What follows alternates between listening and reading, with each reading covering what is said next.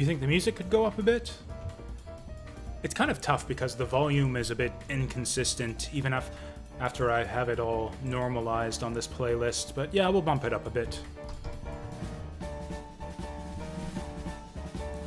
Volume control on foobar is pretty granular, so yeah, we'll even bump it up 3 notches. Also, Steam has something to tell me. Oh, yeah, there you are.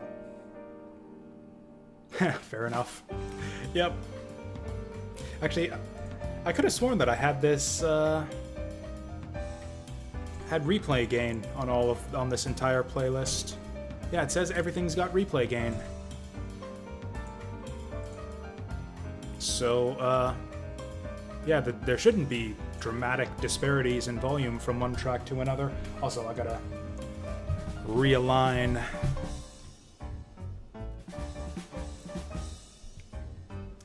So on foobar, there's a feature called replay gain, where, yeah, you can just highlight the entire playlist, say, what is it called?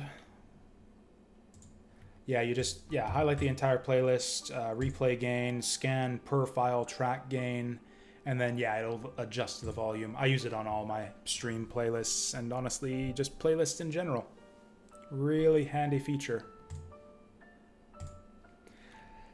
So, we're kind of at the point of the game where I don't really know what to do. We got a lot of options. I think the best, though, is to do the slave compound, just because it's the easiest, and we might get a few levels out of it. There's not really a lot of other benefit to doing the hidden compound, unless you need the unlocks. Honestly, the main benefit of doing this is to unlock the Brawler class, but since we've got him unlocked already, we can murder all of these guys. Actually, no, the Brawler achievement is the arena at the bottom. Yeah, Foobar 2000 has a replay gain feature. Yeah, so if you kill the yeeks that are controlling the slaves, that'll free them, and then they join you. They suck, though, so it doesn't really matter. Oh boy. Gonna purge that. What? No. Purge this bullshit.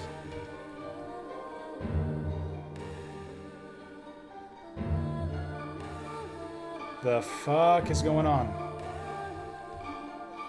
There we go.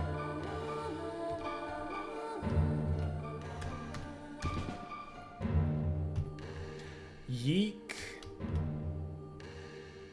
I don't remember how you do yeek. Oh, yeek is at the bottom of the Halfling complex.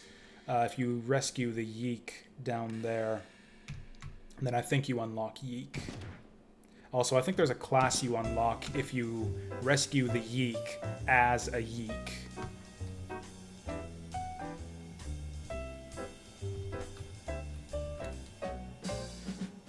Actually, if the desktop audio is quiet, because the music is actually pretty loud in my headphones, so what I'm going to do is I'm going to turn down the music audio, but I'm going to turn up the desktop audio volume in OBS.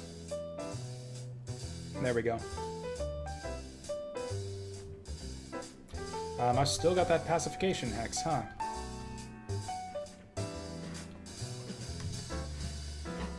Oh, hey, lucky, he's right next to me. Honestly, just out of habit, I tend to rescue the brawlers here.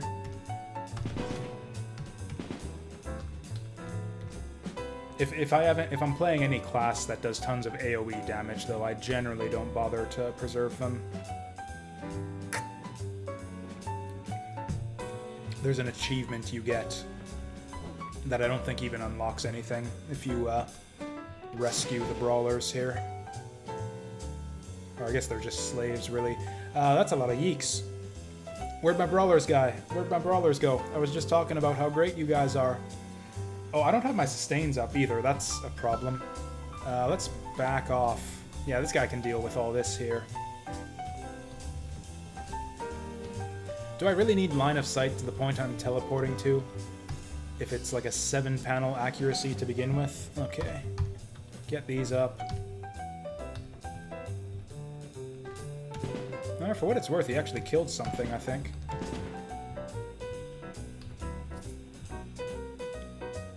Yeah, what I'm really lacking right now is any type of mobility. I've got one mobility skill that has like a 10-turn cooldown.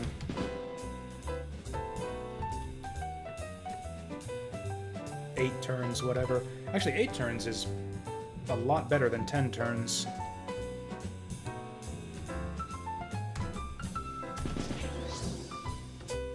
Ah, it's just a regular steel ring. Oh yeah, you're right, I forgot about it. Where did I put those?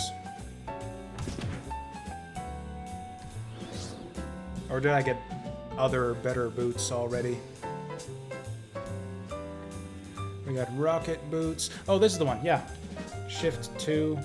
What does that even do? Oh, this isn't a move. I should have actually read the skill. This isn't a movement skill. This is just like percent evasion, like a chance to dodge attacks. We got the rocket boots, which is the next best thing, but that's just bonus movement speed and not exactly tons of it.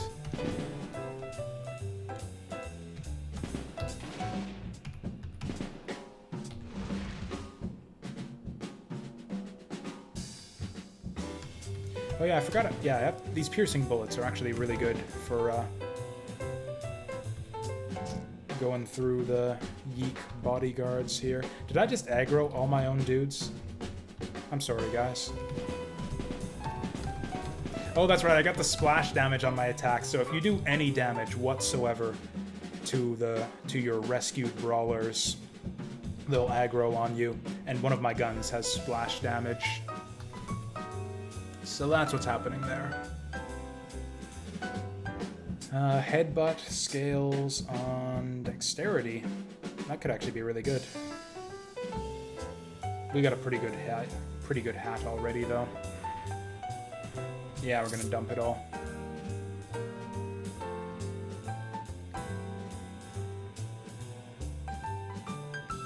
Yeah, honestly, the biggest thing to learning the game right off the bat is dungeon order.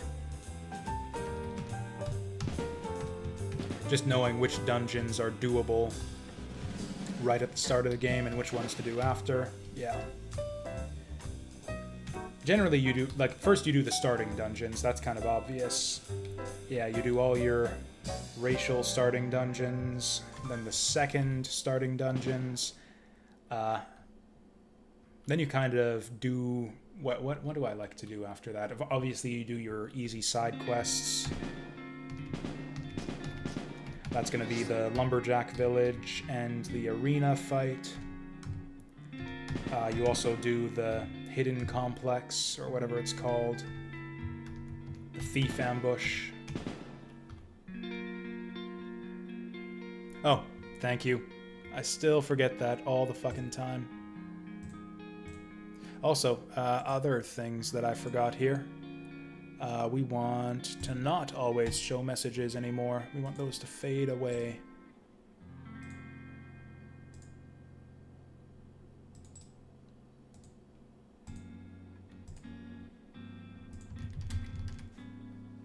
Actually, that's wrong. And if all's configured correctly, that should fade away in 30 seconds. Oh boy.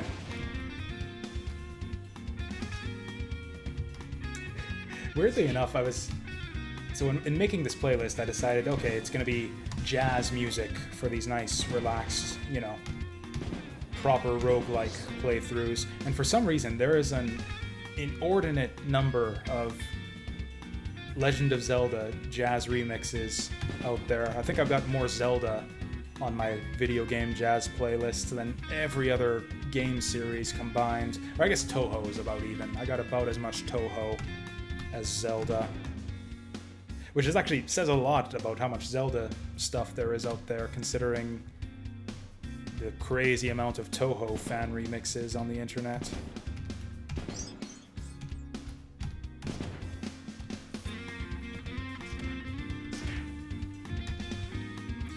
Ooh, those that special ammunition has a really long cooldown.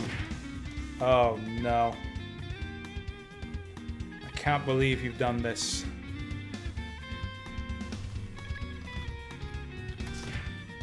That kind of works for now. That's fine, I got the achievement already, so I'm good to kill all these fuckers.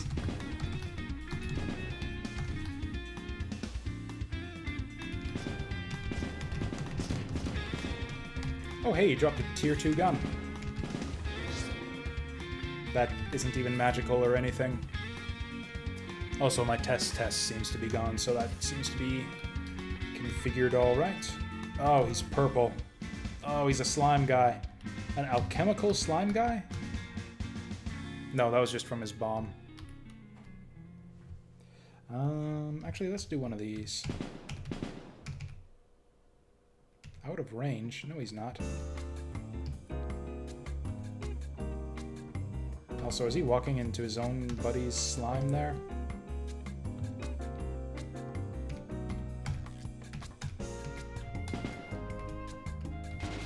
Ah!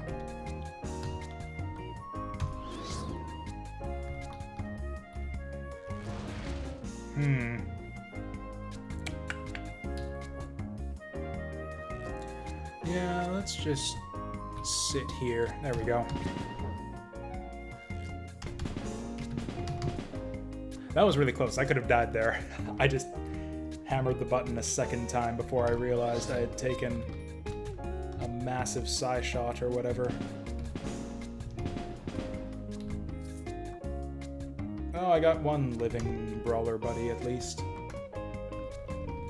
This is all garbage. Oop, this might be alright. It's at least on par with what... or it's... Ooh, -4 capacity? I don't think so. Nope. Nope, nope, nope.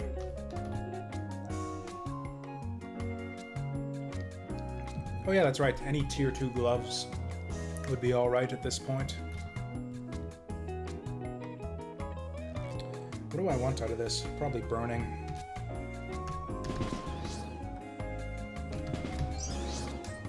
So that didn't take long. He was easier than any of the rare monsters up above. Can I still do the arena fight even if I kill that guy? Nope. Hey! Speaking of tier 2 gloves, these are magical though, which means they're probably garbage. Yeah, trade in will and cunning for magic. That's a no. Nature for darkness resistance. That's not half bad.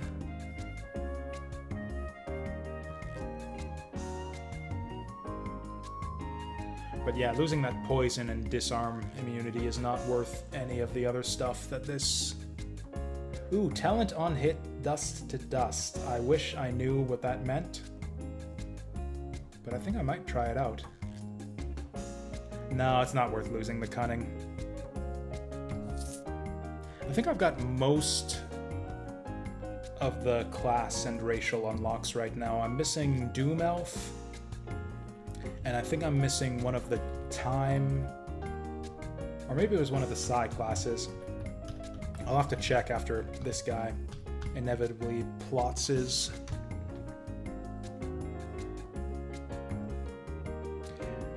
This is going to be tricky because these tornado clouds outrange me by quite a bit. Oh, those are 3 specific, like, demonic summons that only appear through special events. One of them, I think, is at random chance to appear, actually, in any given playthrough. One of them is there's a special event where you'll see a bunch of pillars around the map, and a bunch of, I think, corruptors trying to do some kind of summoning ritual. And then they'll summon the demon, and then you kill her, and then that's one of them. Another one is at the bottom of the complex where you unlock the Ogre class, the Ogre Lab. That's another one of the events you need to clear, and I forget what the other one is.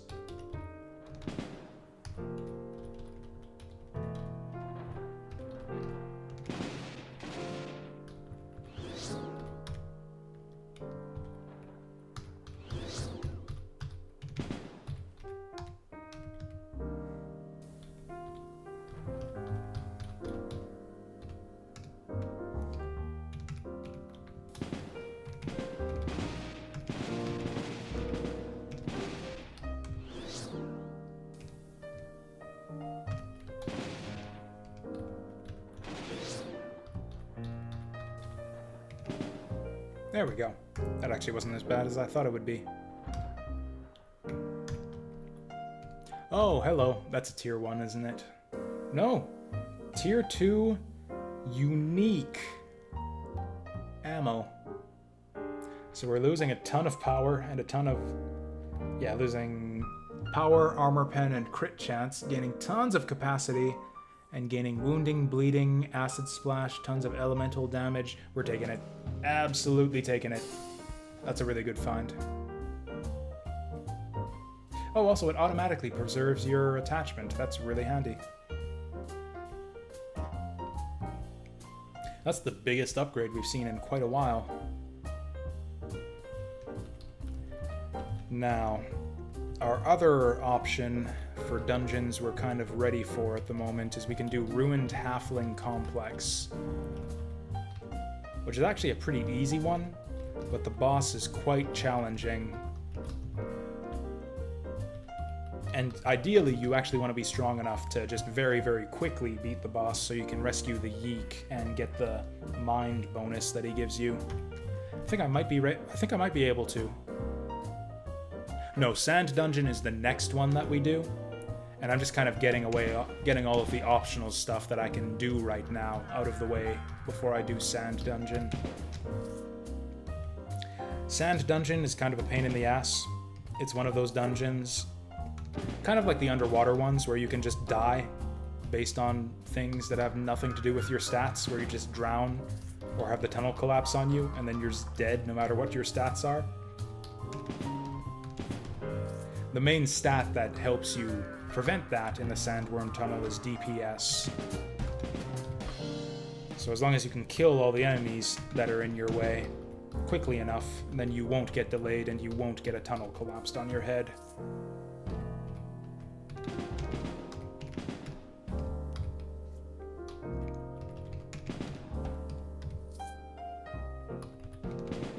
Honestly, I'm half surprised that they don't give me the option to just skip to the end of this one. Sometimes you do. Sometimes at around this level, they'll give you the option to skip to the end of the Ruined Halfling Complex.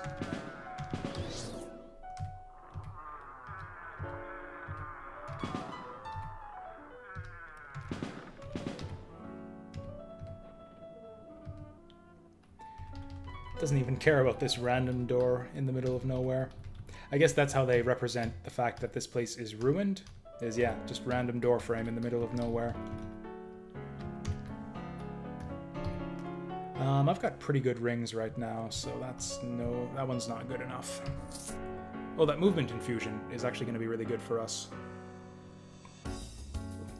Man. As fun as this automation tree looks, I think our level 20 category point is probably going to be another inscription, just so I can get that movement infusion. Hello there. So that's bad times. Should have gone with the immolating bullets there. Does that cost a turn to do my healing here? It doesn't actually tell you.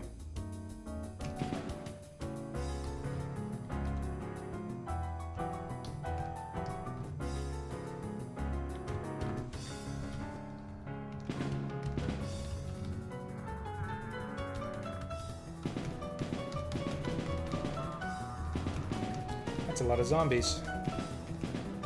Skeletons, whatever. Same difference. Oh, I need to shoot past this guy. Too late now. Because, yeah, your shot actually stops on the space that you target, so with these guys who can kind of strafe away from you, you want to shoot through him just in case he backsteps away from you. Oh yeah, there's also the eventuality, because you always shoot both guns at the same time. So if your first bullet kills what you're aiming at, you still want to aim past, so that the second bullet can kill anything behind it. That's actually what just happened there.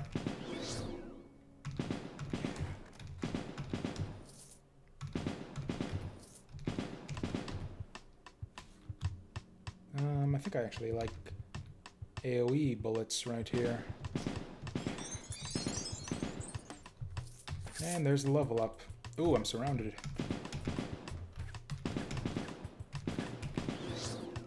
What do we got? Lots of category points. Getting to the point where I could just burn 3 or 4 of them to go down the engineering tree.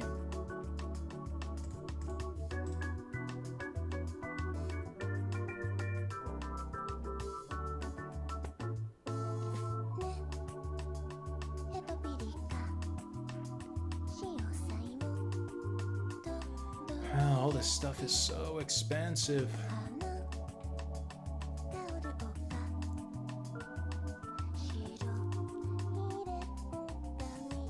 Probably go for one of these guys. I probably want the trick shot. Yeah, I think that's the next one we're gonna go for. Also, this sustain is worth working towards. That's gonna be crazy good if we can get the steam generation to keep that up. Generics, I think we're just gonna continue to hold on to for now. Oh yeah, I was gonna do that, you're right. Forget my button here. There we go. The other problem was I didn't have the material. Oh no, it's just a lump of iron. Yeah, this will be fun. Yeah, let's go. Was it chemistry? Yeah, chemistry 3. Let's do it.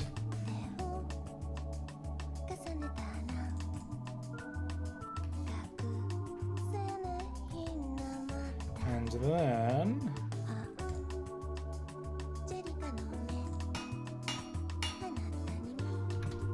and we'll make another one. Then we'll equip both of them. Ooh, they're good. We got good winter chill edges. Cool, now we do cold damage.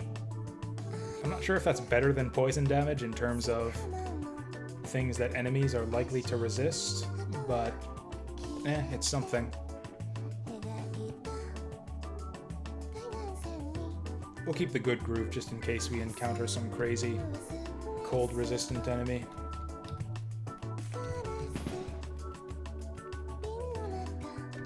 Oh yeah, I guess the thing about the poison is that it was a stacking dot, so for long protracted fights, the poison's gonna be better.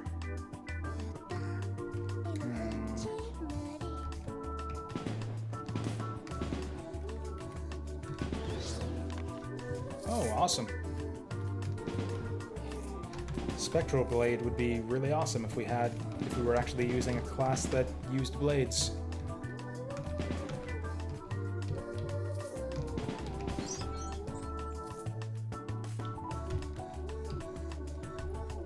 Yeah, tier 2 greatsword.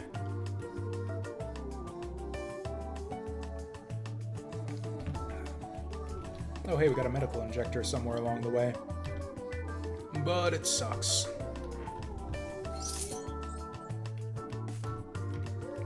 Oh shit, I'm rich.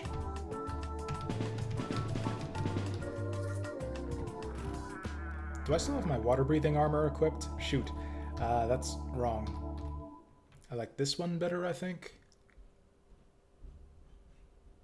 I thought I had another one. No, my water-breathing armor is actually just better than the other stuff.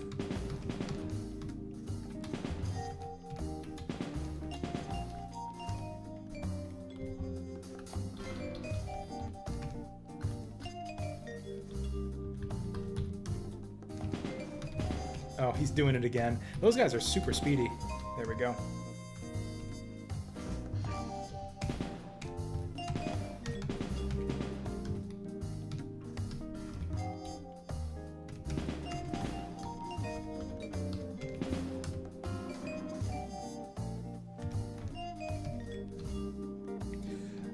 What's he got?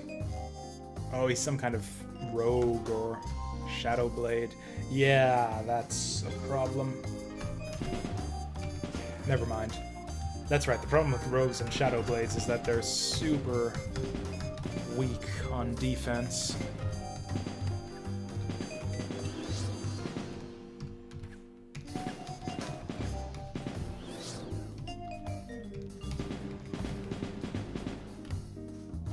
Oh, hi there. Oh, this is the guy that unlocks the ogre complex. It's a random find, so lucky that we saw him.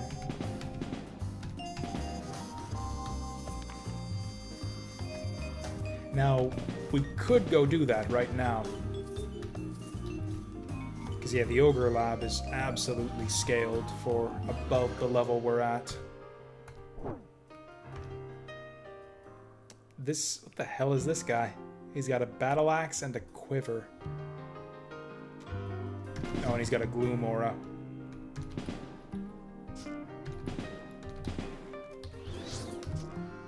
Yeah, skeletons are pretty weak, it turns out, so whenever we find a rare skeleton, that's actually fine for us. When things get really nasty is when you get a kind of a slightly tough regular enemy that ends up being rare in addition to all that. Oh, garbage. Except maybe this one. 8 dex, 2 cunning, 6 con. And 20% movement. I think I'm taking this one. Minus armor, that's fine. Minus resistances, that's fine. Water breathing, we don't care till later. We lose a lot of immunity, but I think it's worth it. Don't have the strength for this one, and it's not... Ooh, senses foes. That's actually really good. Physical resistance and light radius. This one's pretty good too. But we're a long way off from having the stats for it. Actually, no, we're not. We're too short. I'm gonna hold on to that. I'm heavily encumbered right now. Don't have the inventory space for it. Ah, forget it. We'll find better stuff later on.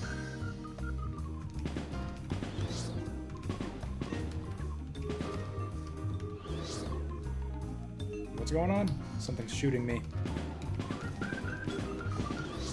Whoa.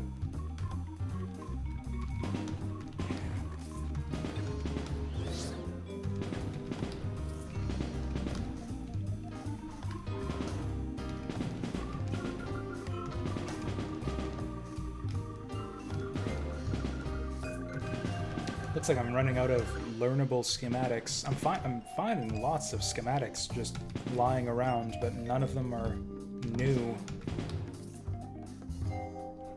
Hello. It's not the skill I wanted. Ooh, rare ring. What kind of ring we got? Erinic. Arcane magic, worthless.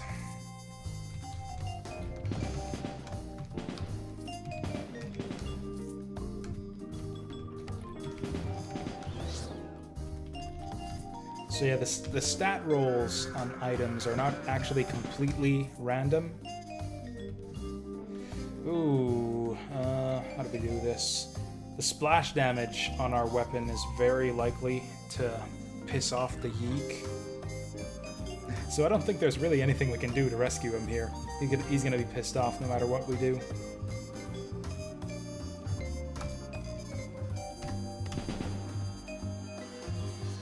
He's not moving, at least. Now we just kind of gotta stop and hope that he bleeds and burns to death. Do I have any other options here? There actually aren't a lot of classes in the game that are melee range hybrids. Like, yeah, I'm trying to think, but... Oh yeah, closest is obviously is it the Temporal Warden, where you swap back and forth between the bow and the sword? If so, that one's really awesome. I think it is, and you've got the temporal mines that warp the enemies around. That one's really, really cool. Temporal Warden is actually one of my favorite classes, if that's the one I'm thinking of.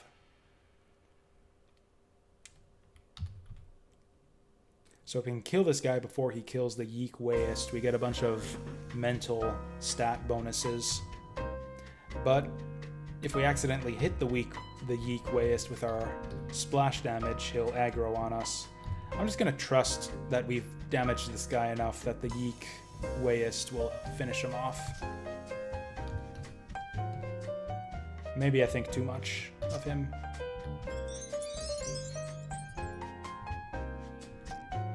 Okay, he's angry at me anyways.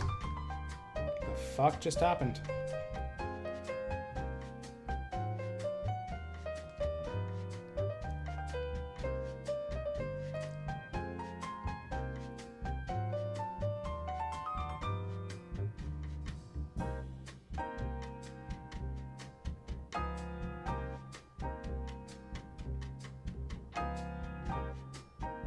I have no idea why this guy is pissed off.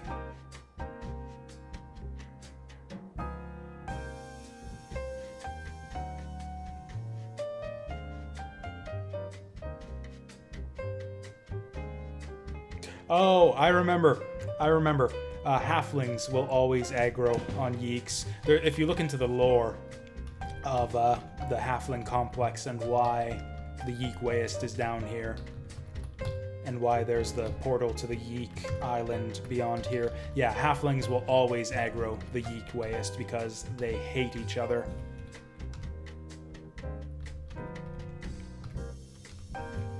Because yeah, I did absolutely nothing to hurt him there.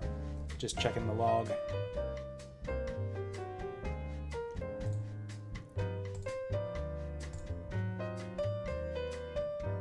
And yeah, I think I'm gonna go for Trick Shot right here.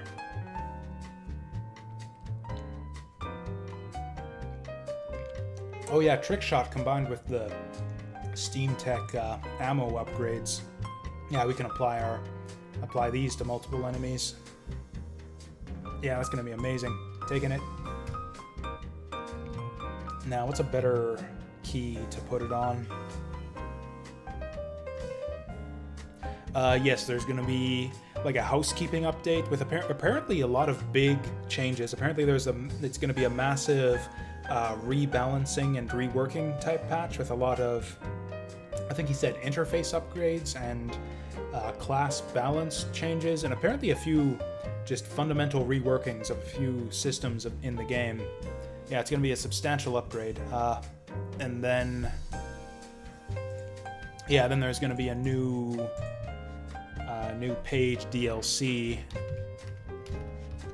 beyond that. I'm going to see if I can find the announcement.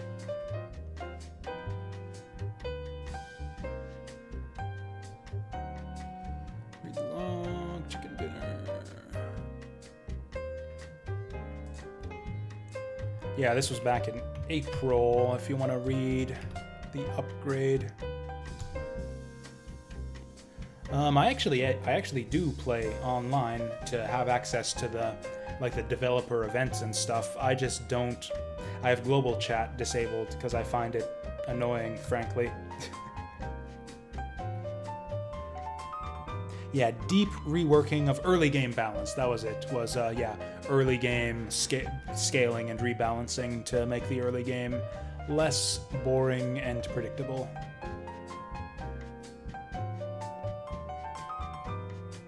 Yeah, bunch of class reworkings, AI improvements. Lots of cool stuff. Very excited for that. And then, also apparently they're making like an upgrade to the DLC. So apparently Embers of Rage is getting new content just to kind of create some added value for that. Do we have anything good here? This thing sucks.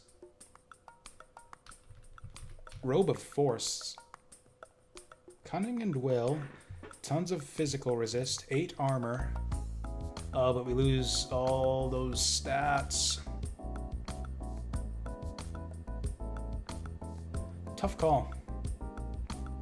I'm gonna say not worth it, though. I don't know. 8 armor, 6 effective defense. No, 2 effective defense. That's not great. Minus fatigue. We lose a lot of dexterity in con. The con loss probably makes up for it. Nah, I'm gonna ditch it.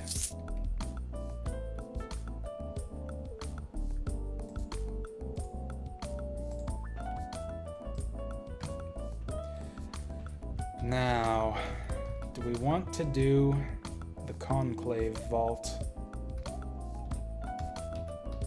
I know the text there says we climb down, but we don't have to climb down. Okay, the incendiary thing, we don't do that often. This is a sustain, so we'll put it up here. What we could do is disable our other two sustains and just use this one instead. That would lose us our... Oh, right, I was going to put the restorative systems up to level 3 too to enable the physical effect purge. We'll do that later. I'm a little bit worried about the Conclave Vault, so we're going to do Sandworm Lair first. Honestly, if I'm going to lose a run, might as well do it earlier rather than later. Yes, or it's an inscription slot, which is the same. Yeah, the injections take up your inscription slot.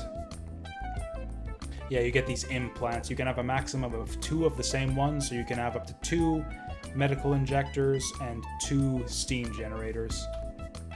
So the way that I upgrade my steam generation is to get new steam generator quote-unquote inscriptions. Huh.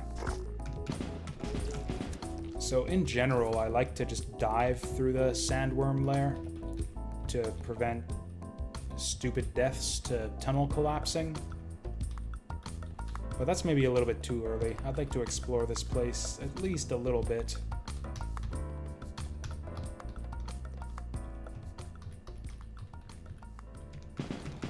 Best advice I have for sandworm tunnel is just always follow a sandworm.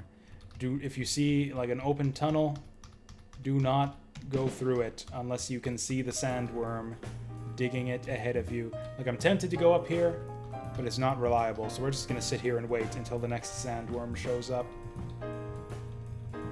If a tunnel collapses on you, it deals some instant damage, and if you are completely surrounded and have nowhere to move to, then you just start to asphyxiate over the course of about 10 turns, and then you die. So yeah, which is very quickly. So unless a sandworm comes up to dig you out just by random chance right away, yeah, you're probably just gonna die if the tunnel collapses on you. I see a gold chest over there, so we'll try to grab that.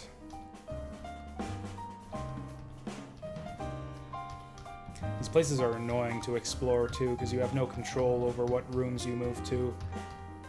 Basically just forced to go wherever the sandworm takes you.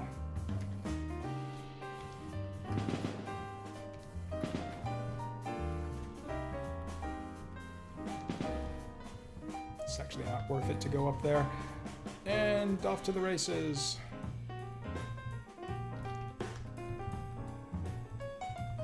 Maybe I should just go through the hole. Is a gold treasure chest really worth fucking around here?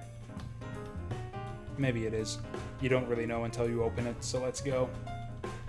If any of you guys would like to take me over to the left, that would be really nice.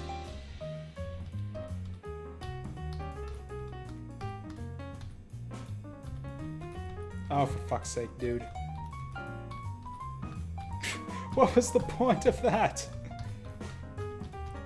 Usually they at least, you know, beeline from one room to the next instead of just U-turning right in the middle there. I think I'm just gonna take the tunnel down next chance I get. Which, you know, could be a while from now. Oh, so close. There we go. Yeah, no one's... Oh, he's going over there. No, he's not.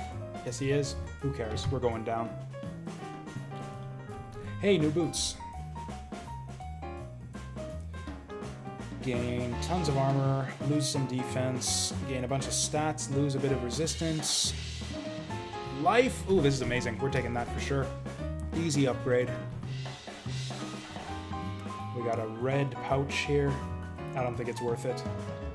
Yeah, honestly, just the capacity is a big deal. We just basically don't have to worry about ammo for the next little while.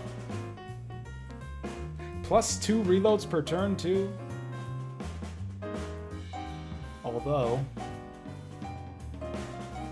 this is actually really fucking... I think this is just damage-wise is better than the one I... Oh, this is a tier 3.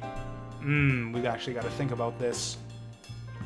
Armor pen, crit, power, self-loading, blind gloom, daze. We lose a bunch of elemental damage, but we gain a bunch of burst. This is actually an upgrade. Yeah, I'm taking this. Yeah, that's amazing. That was like our best item slot right there.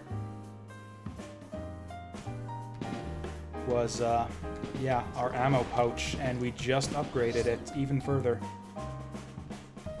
A little bit. Ammo's gonna be a bit tighter from now on.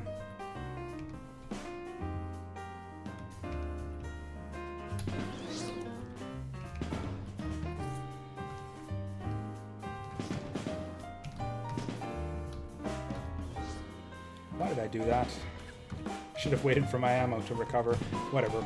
We got him. It's easy. We're fine. Is that a steam engine? Well, shit. Steam 4. That's actually worse than both the ones we have. Well, that's too bad.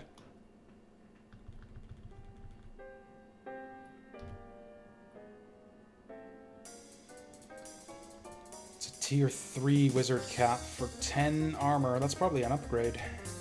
Ooh, this one's tier 3. We can... so much tier 3 stuff all of a sudden. Oh, but our current one gives us a lot of stats. Even so, I think 7 armor is worth it. 3 dex, 2 will, 3 con. Lose some vision. Gain some crit multiplier. I think I like this. Yeah, we'll grab that. I'm a wizard now.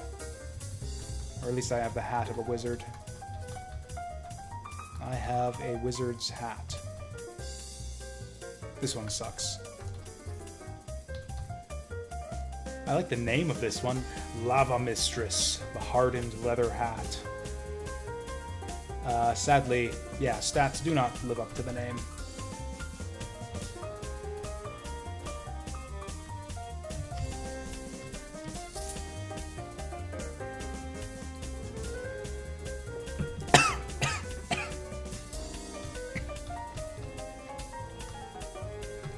I think there are 4 or 5 levels to the Sandworm Tunnel.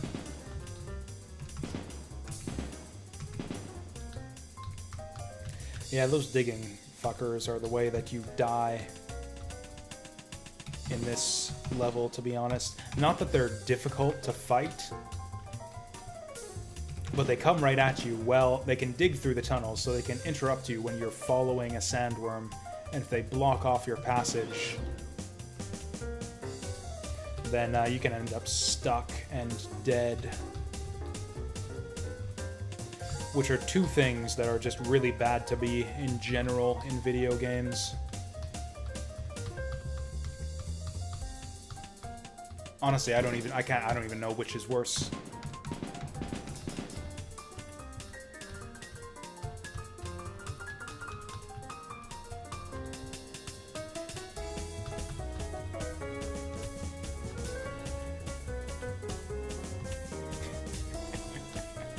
Honestly, I don't know, is this too morbid of an observation? I'm not convinced that being dead in real life is a bit worse than being dead in a video game, because if you're dead in a video game, you, in real life, are alive to experience that. You get all the not all the downsides of death in real life, but it's really fucking frustrating and anger-inducing to be dead in a video game, whereas if you're dead in real life, you're not really alive to mind it so much. So this is a sticky situation here. Like, if you were dead in real life, you wouldn't mind being dead in the video game.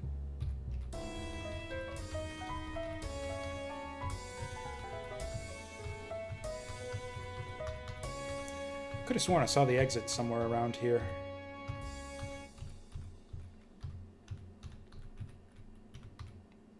I think it was over there. No, we came from over there. So this is one of those tricky situations right here. We missed one of those, didn't we?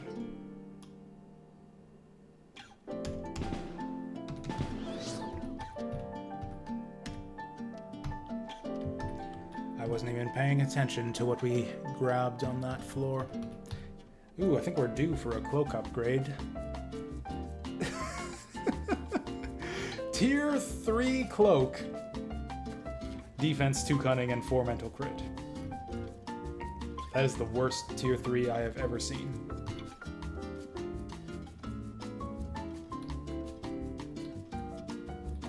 It can be used to blink to a nearby random location. I think I like this just for the blink. Lose strength, lose dex, lose luck, lose damage, lose accuracy and armor. So we lose a lot of passive benefits, but we get a really handy active. If we still had our old boots, I would take this, but we've got some really strong stats on our current boots, so I'm gonna leave it. Now let's see what this guy's all about. Tier 2, tons of armor, armor hardiness, con, and stun immunity. We lose strength and resistance.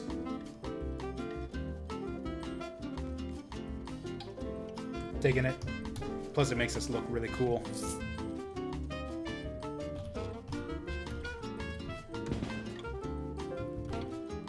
That was the wrong skill.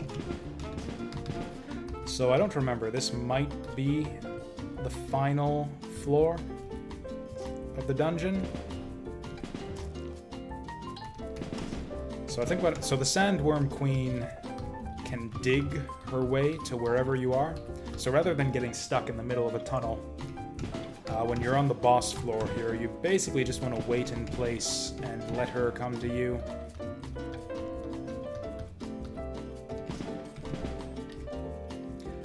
Do I have auto loot on? I honestly don't think I know what that feature is. This might not be the boss floor after all. Even so, staying put for a little while helps you clear out all the regular sandworms, keeps them from getting you stuck in the middle of a tunnel. But yeah, I think we got one more floor to go before the boss.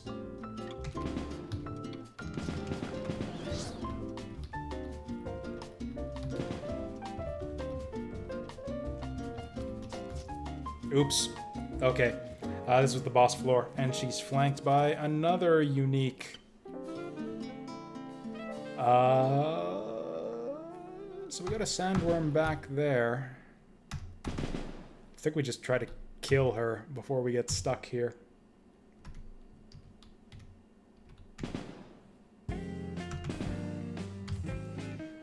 Oh, we got a ways to go. Probably gonna follow this guy.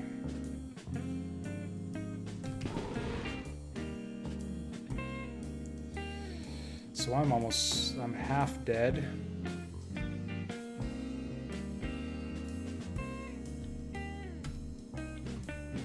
Let's just run the fuck away then. There we go. Ooh, this looks like a good spot to turn on AoE bullets. Oh, and also a good spot to use the ricochet shot.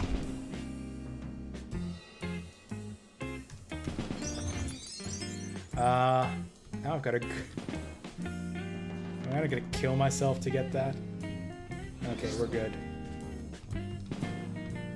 Solid sandworm lair. Do I want to loot the rest of the floor? I kind of do. A lot of uniques down here.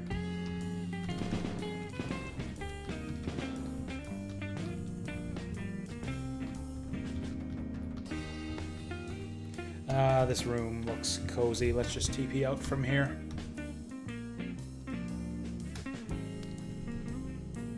Steel steam gun, that might Yeah, we're still on tier 2 steam guns, so this might be better than the one we've got. Lose acid damage. Actually, this is the same as the one we've got, except we just lose the acid damage.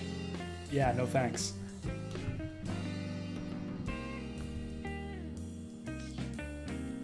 It's not great. Dragon telepathy. We've got a dwarven... Yeah, we've got a tier 3 ammo pouch now, so we're not going to be replacing that for a while.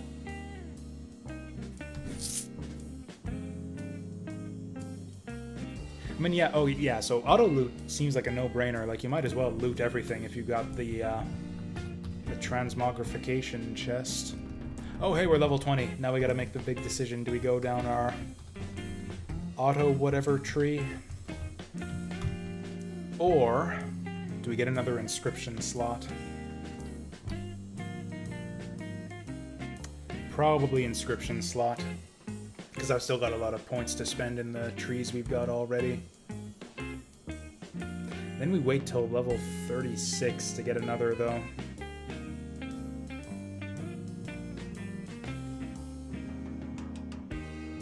Also, it's a lot of expensive Steam stuff, and we never did get our good Steam generators. I'm just going to take the inscription slot.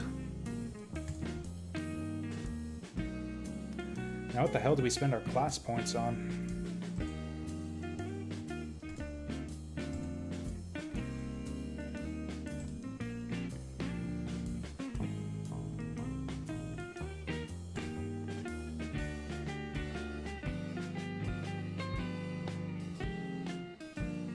Oh, this thing only ricochets once. Yeah, we gotta pump this thing up. It scales decently as well. Cooldown's still longer than I would like, though.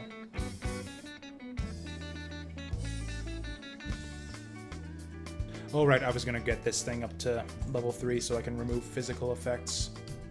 Good. And now that I've got my inscription, let's go inscriptions shopping. Basically, I'm looking for a movement infusion right now.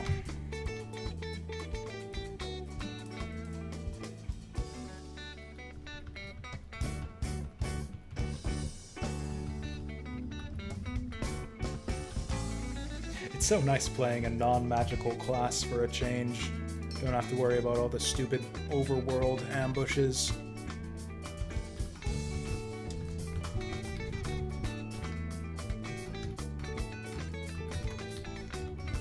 With that said, shield would also be really good for us right now. But I don't think I want a rune. I think I still want the option to go anti-magic. These are pretty weak infusions.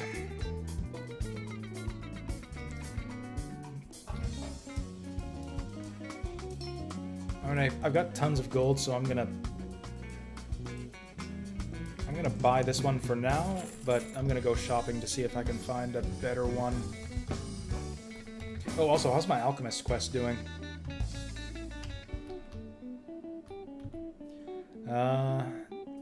Also, I missed an alchemist. Oh, I missed the one in Dearth. Might as well head there now. Yeah, he's the one who gives you Dex and Cunning. I might actually want to help him out.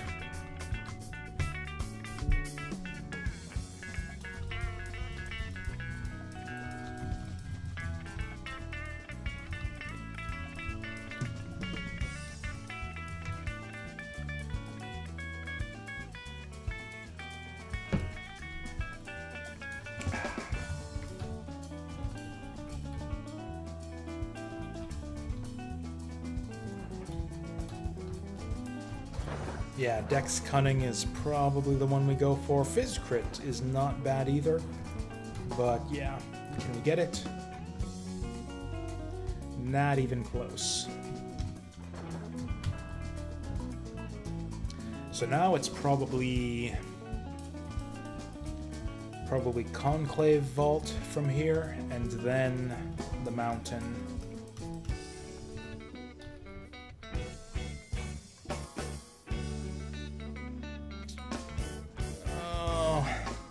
noise means I just got a Facebook message.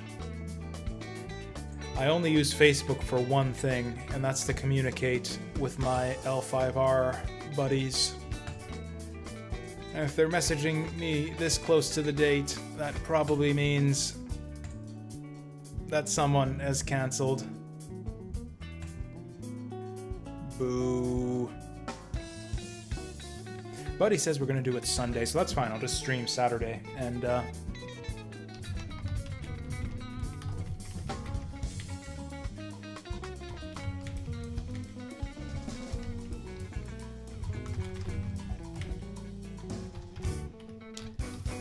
although yeah, we could do it Sunday, although I think oh no, yeah, my other buddy does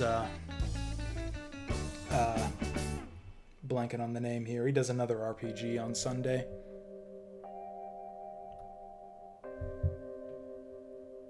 Shit, what's it called? It starts with an N. Numenera. L5R is Legend of the Five Rings. It's like a fantasy, like samurai type setting. It's essentially like D&D for feudal Japan, or I guess it's the RPG is like D&D. The universe itself actually comprises, it's like a multimedia type thing. It started as a collectible card game from AEG back in the early 2000s, I think. And then the property was recently acquired by Fantasy Flight Games, and they've revived it with a new card game and also a new RPG.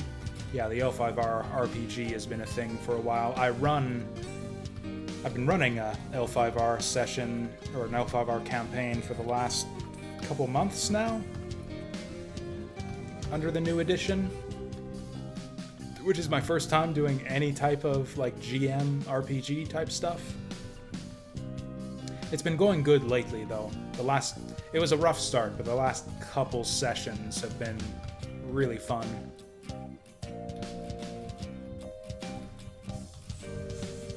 I honestly wouldn't mind missing this week, because I have been so busy this week. I've got nothing prepared for the next session.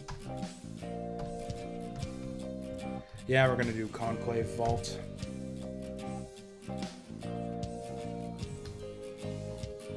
Oops. I'm blind! Well, I think I know where they are, so we'll just do this. I'm just gonna guess where they're at. Uh-oh.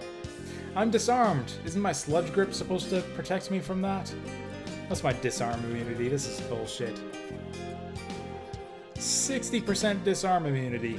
That's basically 100. How could he disarm me? So I can't do anything anymore.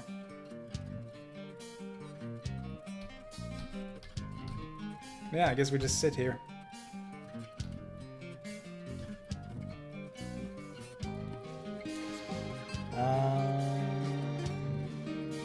Here's what we do. We do this one, which gives us the knockback, and then we ricochet it. And we do it again. Are they both dead? Critical strike. Killed. Yeah, we got him. One shot. We got two of them. Actually, that's probably a future podcast. I will probably just recap the whole L5R campaign I've been running and how that's gone and how it turned out. Oh, speaking of the podcast, I haven't put it on YouTube yet because I think I want to just redo it. I was not happy with the way the last podcast kind of turned out. So I'm thinking I might just re-record it like tomorrow or Sunday and then upload that instead. Kind of feels bad. It's like a step back. I didn't have to re-record anything for the previous ones. But I used to do that all the time with my LPs actually on YouTube. If I wasn't happy with the result, I would just do it again. I probably wouldn't do it live on Twitch if I do decide to take that route in the end. I would just do it on my own time.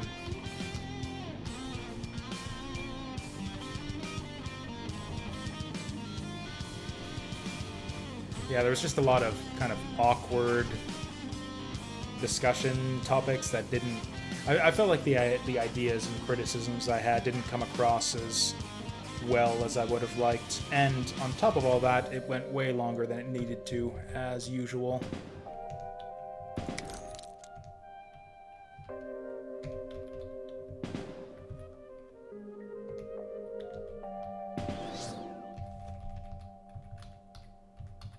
Also, I kind of freaked out. One of the developers of Alwa's Awakening actually liked the tweet I made, my tweet announcing the podcast on Twitter. So if he actually listens to it, that's just going to be, I don't know, embarrassing for me. So I think I want to redo it.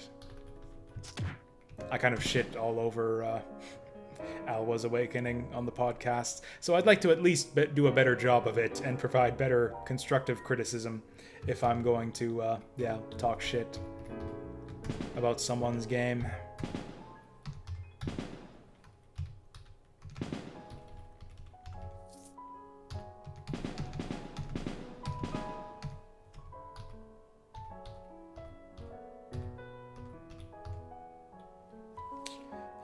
Let's try this actually. I'm curious if this actually works. So we put on the AoE bullets and then we do the ricochet shot. Oh, and sure enough, yeah, it stacks on both of them. They both kind of echo onto each other. Is he still alive? Not for long. You know, I don't have a good necklace yet. I've still got those beads that give me perfect attack chance to hit against invisible enemies.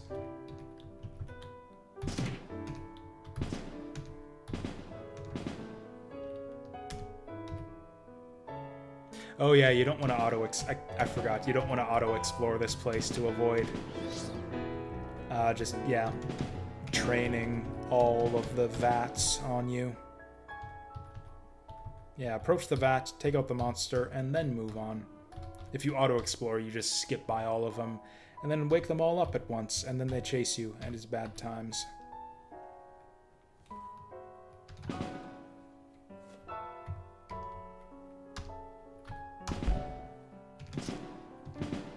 That's a fun little combo there, turning on your AoE ammunition and then doing the ricochet shot. It's also really expensive. I didn't realize how costly these ammunition things were.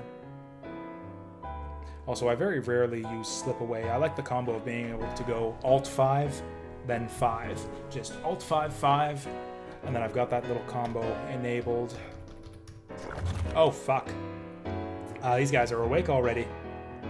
Okay, this is gonna get crazy in here.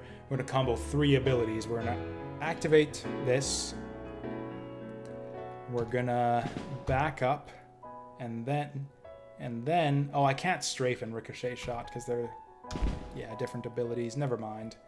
That's not gonna work.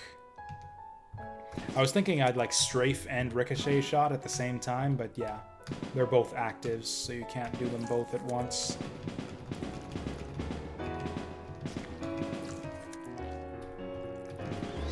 So if I finally got, hey, new schematic, Thunderclap and Incendiary Groove.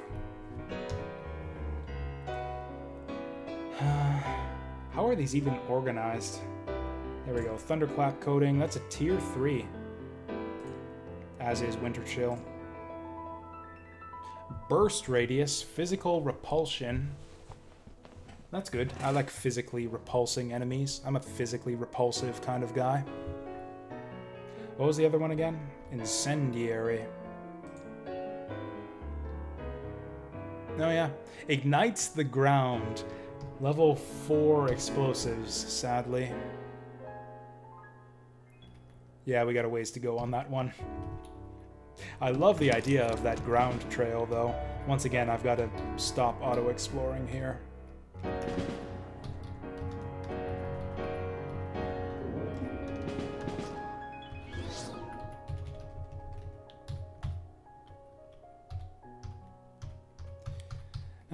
I don't know about that. Really, according to most hardcore, like, Tome superfans, you can't really judge the viability or the effectiveness of a class on normal mode. Where most people go for class balancing questions is you got to try the class on the hardest difficulty settings. It's generally it's considered that normal mode is easy enough that pretty much every class is viable. In fact, people have proven that. People have done anti-magic... What's the class again? The arcane... whatever? Whatever, your basic wizard class. With all of the big ranged magic spells. People have done... What's it called? Your basic magic class. Not the alchemist, but the one you unlock. That has all the long-range spells. I'll have to look that up. Archmage, yeah. People have done anti-magic archmage runs on normal.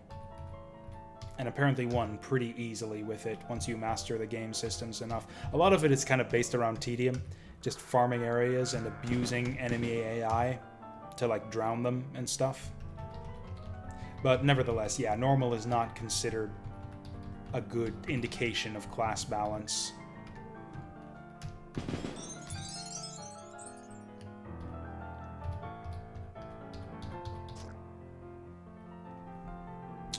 So that's bad times. I got disarmed again. Oh, that's right. All I have to do is go away, and then it takes away my physical condition.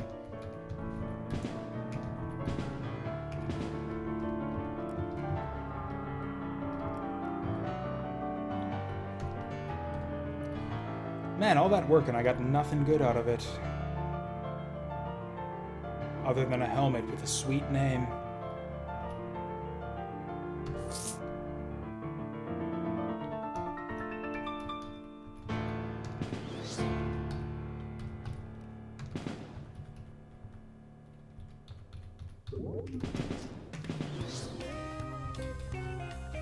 Actually, as of the most recent patch, it's no longer possible to do anti-magic archmages because they've changed the way that that Ziggur checks your character for being anti-magic friendly. So yeah, certain classes are just innately, as of one of the more recent patches, changed it, so now just any archmage is considered not friendly to the anti-mages. I have not, actually. Necromancer, from what I played of it, just kind of struck me as a bad archmage. Like, it does all the same stuff archmage does, with all the ranged magic stuff. Their spells aren't as good.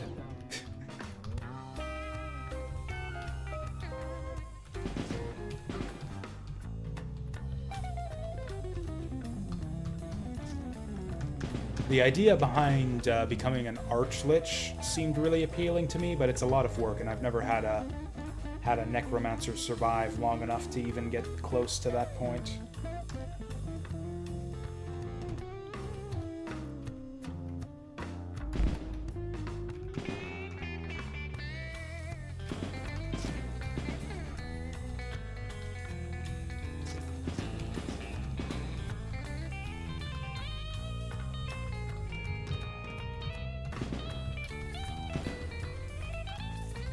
One kind of interesting thing, speaking of kind of undead stuff, is I've been trying to make the ghoul class work.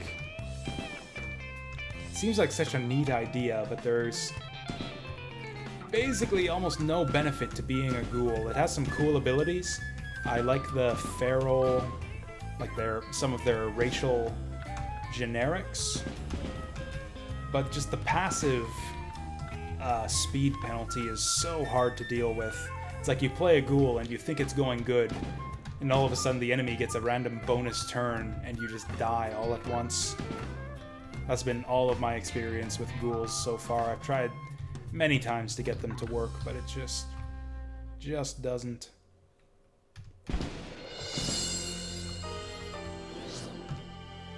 hell is hitting me?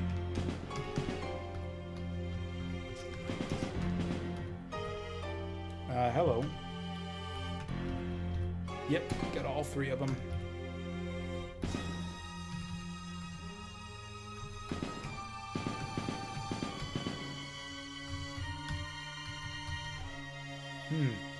Did I gain a level somewhere along the way? Oh, hello. I can actually go to level 4 explosions if I want to. I didn't realize... Oh, we can get thick skin, too. I can't pass up thick skin. I think I also want to miss less often.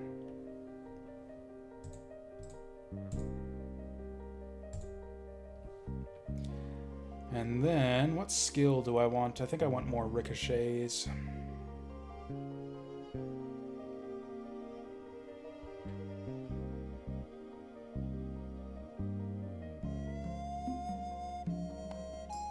Actually, one more point in this would help us a fair bit.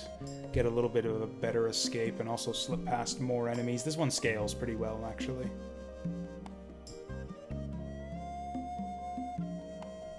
Yeah, I'm gonna... I don't know, this is a tough call. All of our... Yeah, this is... What is it? It starts out as Lavos' theme, and now it's the forest theme. Yeah, I'm just going to take the Ricochet, just because the combo with my special ammunition is so good. Actually, I think there's a full jazz album of Chrono Trigger songs on OC Remix. Also, there's, yeah, the official Chrono Trigger jazz album, the Brink of Time, which I've also got a fair bit of on this playlist. Why did Auto Explore not grab this ring? It looks like a good ring. Chance to blind, light resist. Used to get a reflective shield. Based on magic, forget it. Random gloom, and bleed, and cunning, and resistance, and immunity. And hate, which we don't care about.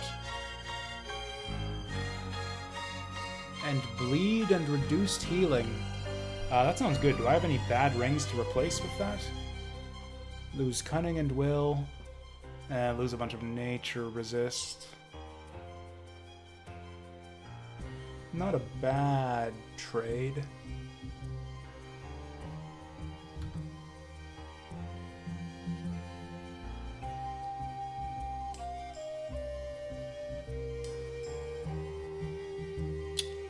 I'm having a hard time reading this one. How bad? This one seems kind of bad. Oh, this is the same thing. It's just worse at it. Yeah, it doesn't do quite as good at the random gloom thing. Or no, I've got another item that does random gloom. What am I... This is confusing. 11% random gloom. 13% random gloom.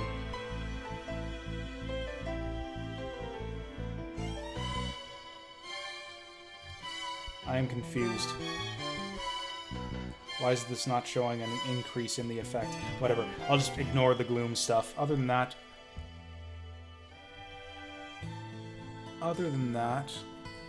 I lose nature resist and gain. This is actually the same ring. This is actually the same ring with better stats. Yeah, it's a ring of misery. Straight up. Just it's a tier up. So yeah, it's just a straight upgrade. Also, this stuff is no good anymore. Oh wait, no, I want to keep the deep thing for the second continent if we actually... Oh yeah, I forgot to eat the sandworm heart. Cool. I have a sandworm's heart in my belly now. Also, all this stuff we're never using it again.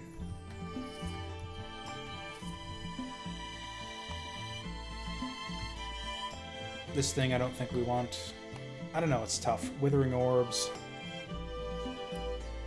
Mind damage to our ranged attacks, albeit not much. Mind power, stealth, invisible. Gaining light radius and blind. I think mirror shards is actually better. We lose blind fighting, which hurts a little bit. Oh, I forgot to use my movement infusion. I forgot to shop for a better movement infusion. Oops.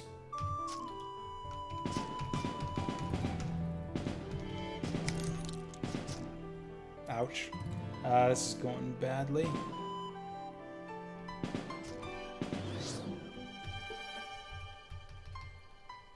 Spent so long in the inventory, I completely lost track of what we were doing in the dungeon.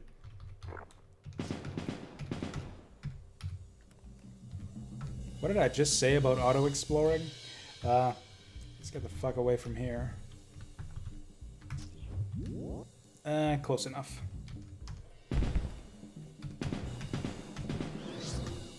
Oh yeah, that extra ricochet with the AoE ammo is so good. Obliterator, I have never seen that before. Is that from the new patch, maybe? Or the new expansion? The hell is this? Its body remains.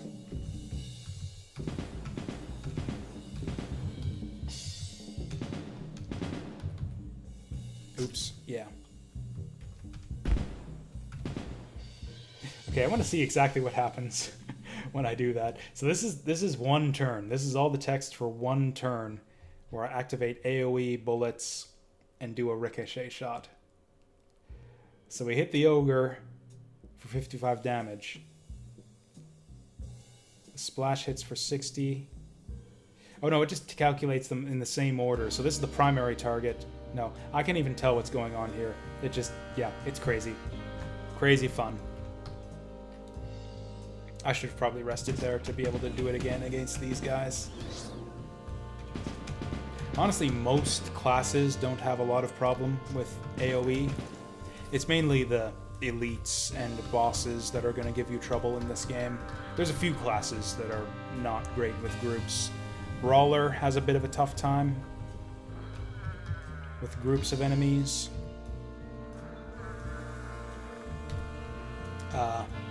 Rogue and Spellblade. Not Spellblade.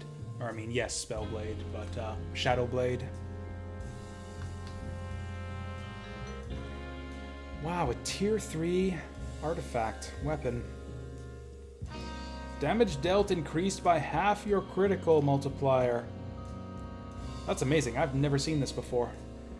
I think I'm going to try to put that in our stash, in our fortress, if I live long enough.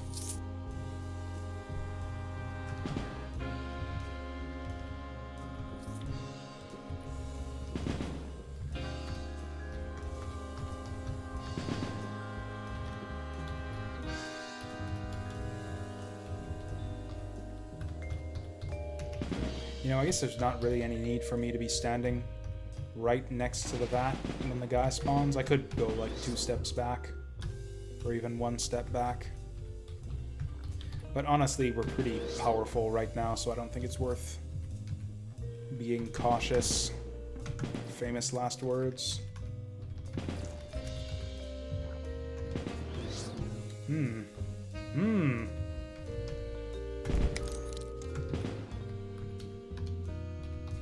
Oops.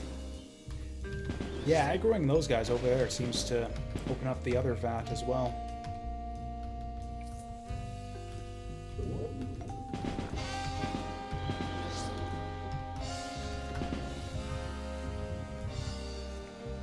I think we're coming up on the boss floor, maybe? Or maybe it's the one below this.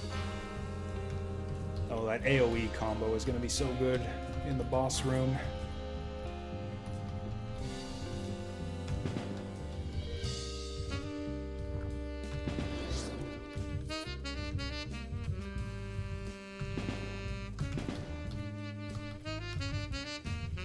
Oops. Man, that quick explorer is really fast. My computer is just too fast. Oh, the amulet has an active. Lost a lot of our weapon, or our item actives. What does this one do? Reflective shield. That's actually really fucking handy. Yeah, let's just use that right now.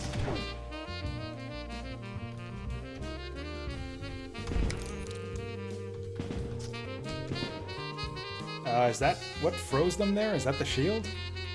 No.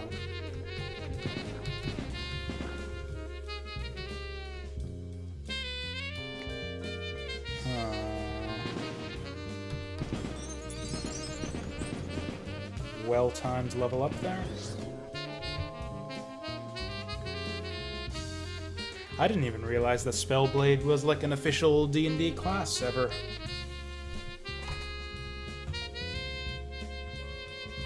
I've only recently got into the whole role-playing thing lately.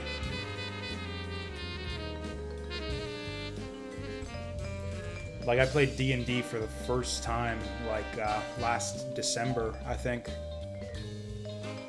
I mean, it very well might have been. Like I said, I've only been playing D&D since, like, the end of last year, so Spellblade may well have been a thing in a previous edition.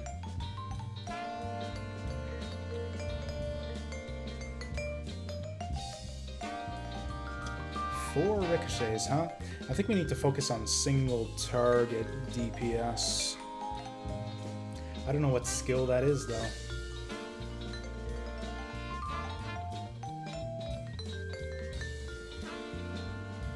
Stealth could be fun. Maybe we do the bullets. So this is basically a one-shot. Combustive bullets we only activate to combine with ricochet shot.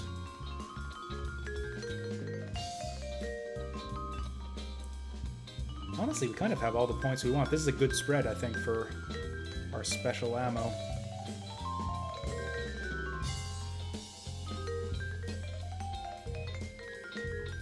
I have no idea what skills to take. Yeah, the 3 damage reduction hardly seems worth it. Maybe we start using this? Start using the cloak gesture a bit more often?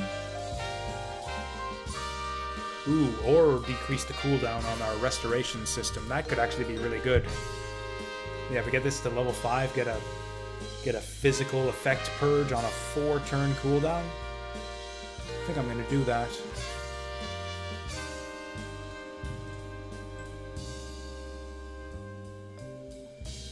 Or we take the ricochet. No, I'm gonna buff this thing up.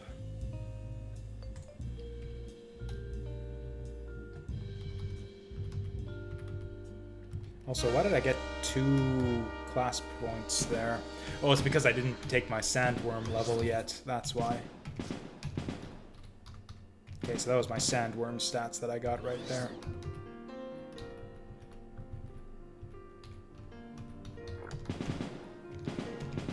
Honestly, I don't know, I really liked D&D at first, but I don't know, just in the long run, I feel like every campaign I've played kind of got bogged down on a lot of minutia that I wasn't really interested in. I'm actually in a campaign on Monday nights that's been kind of like that, where it's like, oh, what's the travel time? Roll for random encounters, and combat is super slow as well.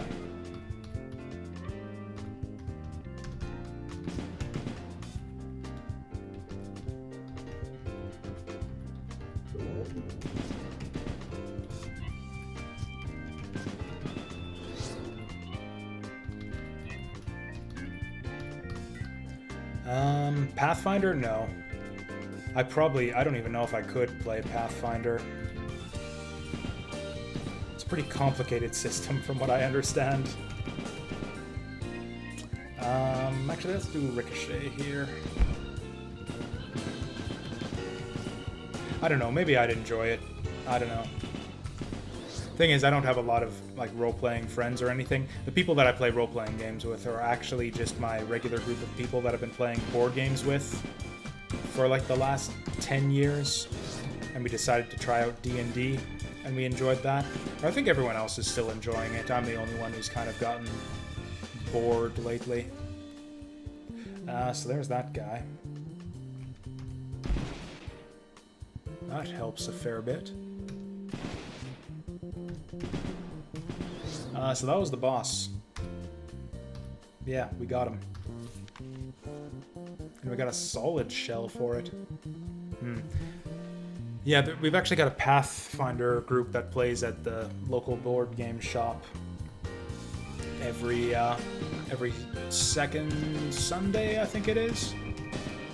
I haven't actually bothered to go back and see like what they're actually doing, but Seems like a, yeah, solid group of dudes. I guess ladies too, to clarify that.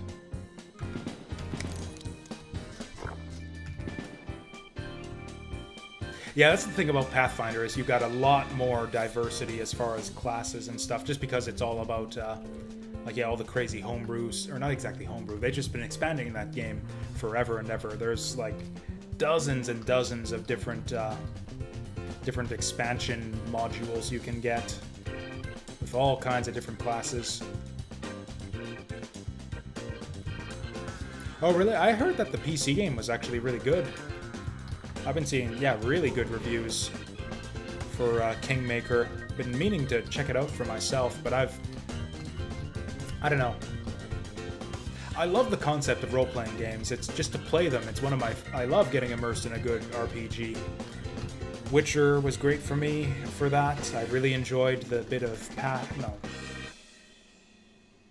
It's the one with the acronym POE, but it's not Path of Exile. That's a different thing. Pillars of Eternity. I really enjoyed for the bit that I played that. They're just so freaking long. I don't have the attention span to stay with a single game for that long.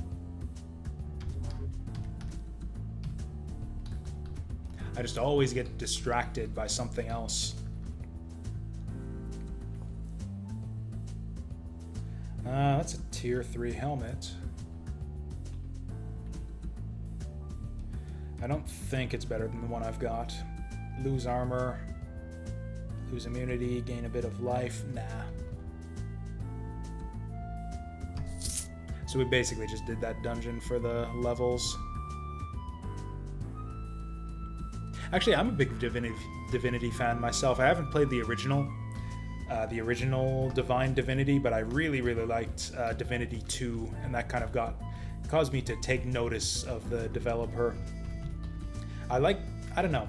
I liked a lot of the ideas in Dragon Commander, but I really, really disliked the core RTS mechanics. So I didn't play a ton of that, but the story and the choices and stuff were really interesting. It was a fun one to watch on YouTube, at the very least. Just skip all the combat scenes. Is there anything else we want to do before the mountain? I think we pretty much exhausted all of our side dungeons. I played a bit of Original Sin just to try it out. It was one of those situations where I did a little test play to basically anytime I'm going to stream a game, I do a test play to get everything set up in OBS so I can just click a button and have it ready to go. So I was intending to stream Divinity Original Sin at one point, and what often happens when I do these test plays is I end up getting kind of hooked and I'll play for longer than I intend to. So I played like the first 5 or 6 hours of Original Sin and really, really enjoyed it. But I got distracted by something else, so I never actually ended up streaming it.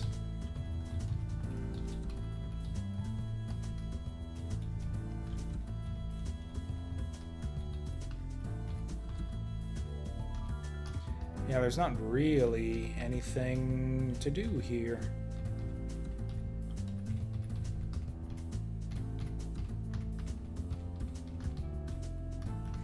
One thing is, if I was gonna get heavily into the big freeform PC RPGs, is I'd need to be a lot more diligent about my streaming schedule.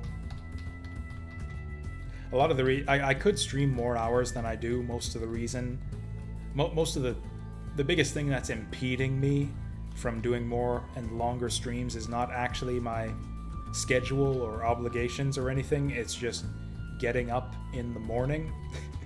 Honestly, if I just got to bed and got up at more reasonable times, I could have easily an extra like 2 to 3 hours to stream on all the days that I stream. I just haven't been able to manage it, and I would definitely have to master getting all that under control if I wanted to get finished any big CRPGs in any reasonable time frame. It adds up over the long term, like an extra 2 hours per day, like for every, or not per day, but like for the 3 days that I stream, like an extra 2 hours of streams on like Wednesday, Thursday, Friday would really add up in the long run. That's like an extra 6 hours of streams a week when I do about 20 as it is. Yeah, that would be a significant increase. Oh, this is the first time we've seen one of these in a long time. Paladin actually has some solid things you can learn, even for non-magical classes. Might just protect her.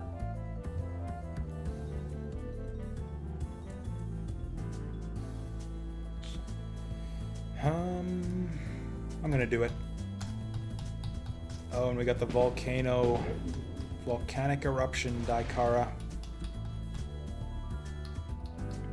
Oh well, that's I didn't even realize Twitch had been around for that long. When did I start streaming? It must have been 3 or 4 years ago. I think I've actually got my very earliest streams still recorded up on YouTube.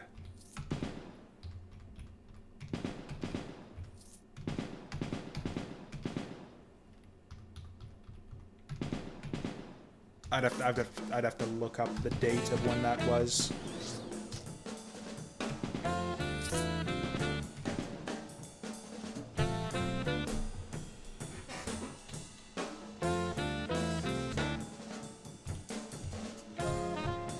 Oops. Oh shit, I thought you were going up this way. Why did you duck up into that tunnel? Oh, right. I remember why this place was a freaking death hole. Oh, that's right, there was Justin TV before this, yeah. I didn't actually learn about the whole video game streaming thing until long after Justin TV. I think I started watching Twitch, like, probably 7 or 8 years ago.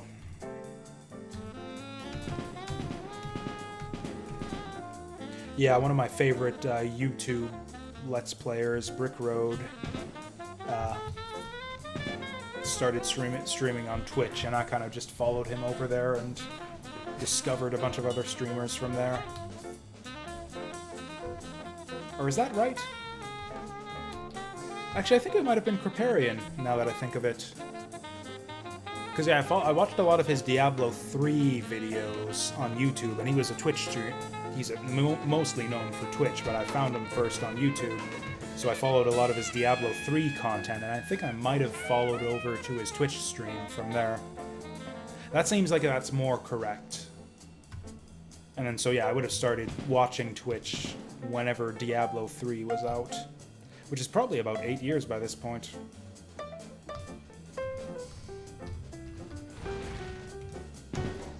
That's gonna, whatever the right answer is, it's gonna freak me out. Yeah, I want to say that Diablo 3 was like 2012, 2013.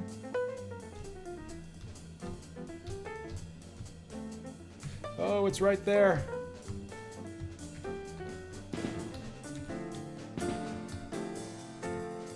Yeah, those stone throwers are the bane of your existence in this one. Yeah, 2012, so it was probably about 2013 when I first discovered Twitch. There we go, Chanted the Fortress. This is basically free, because yeah, positive energy doesn't actually matter at all.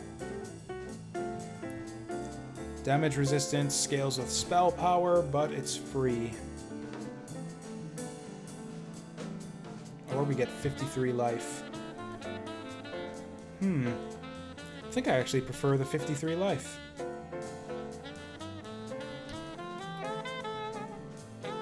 And that's going to scale up because we're going to start jacking Constitution up once our other stats get maxed out. So yeah, I'm going to go Chanted Fortitude, and we're slightly less likely to get one-shotted. Okay, 2012, yeah, it doesn't actually freak me out that much now that I think of it. That's about when I thought it was.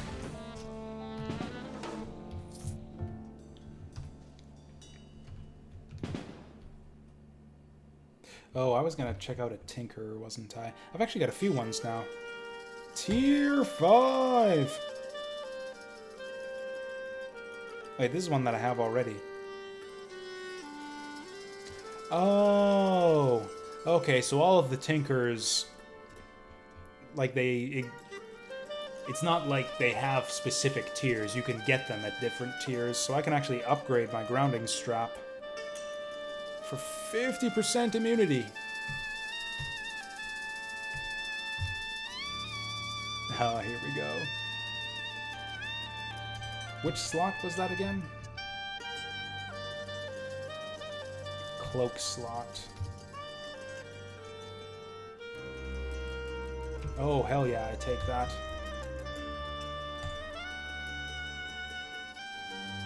Make me the tier 5.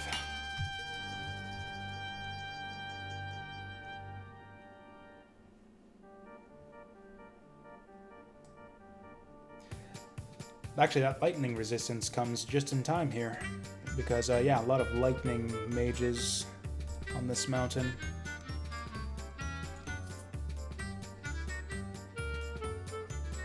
Oh, that's why they're good and well-made. It's because of the tier difference. So yeah, this one, good. Well-made is actually better than good. We were wrong about that. Okay, now's probably a good time to check what other good Tinker upgrades we can get. That's going to be a tier 1 if we make it.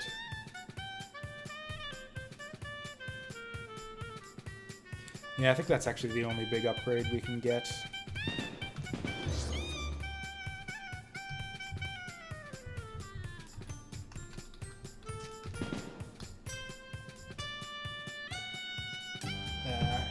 We'll do that at the end of the floor.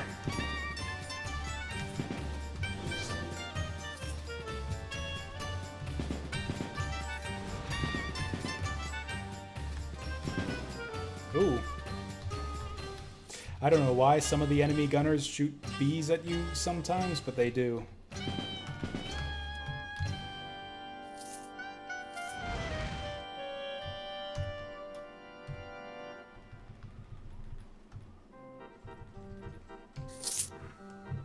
There we go.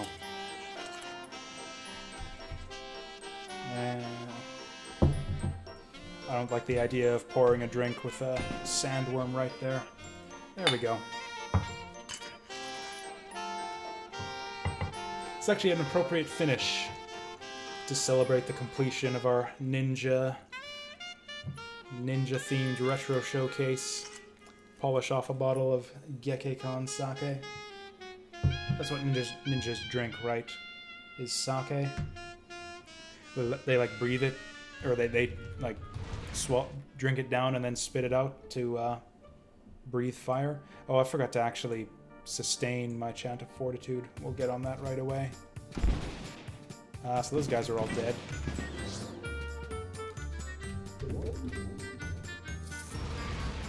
Oof.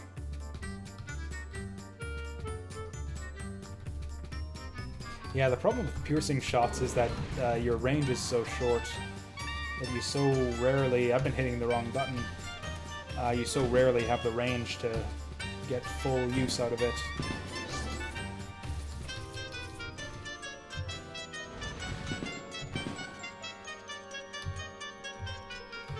We're actually having a pretty solid Daikara right here. And then after Daikara is where things get tricky.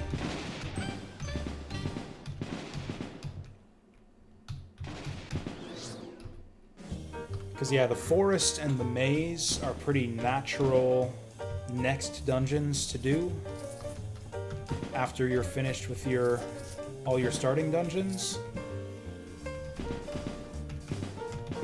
And then Sandworm Lair is kind of also a natural next step, but I like to prepare for it anyways, just to avoid getting buried. I like to get my damage up so I can just plow through the enemies and not get stuck in a tunnel. Daikara, I think, takes a bit of preparation.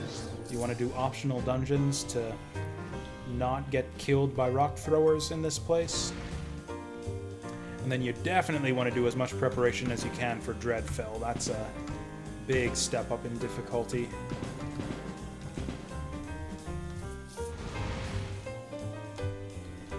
Oh, we got a tuning fork.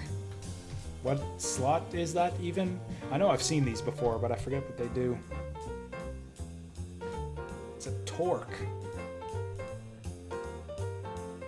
Brain lock with lightning damage.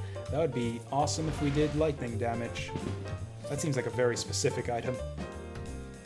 Is that a shield or armor? Light armor. That costs 22 strength. Or that requires 22 strength.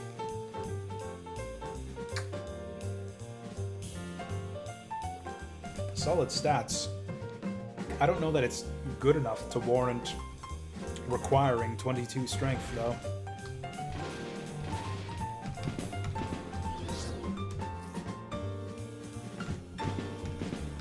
Like, if you've got 22 strength, you've probably got the heavy armor, so you don't need to bother yourself with light armor. Maybe it's good for brawlers. I can't remember, but I think brawlers have some excuse for wanting light armor. We're actually really lucky that none of those guys were rock throwers or mages. There he is. Yeah, all the rock throwers decided to hide out in the houses. Why didn't I wait for my cooldown?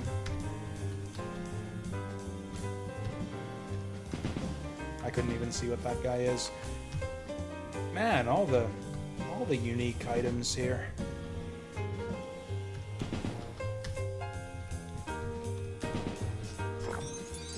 Okay, that is a well-timed level up, because now we got this shit. I think I'm definitely going to take the ricochet here, because we are going to make use of it right away.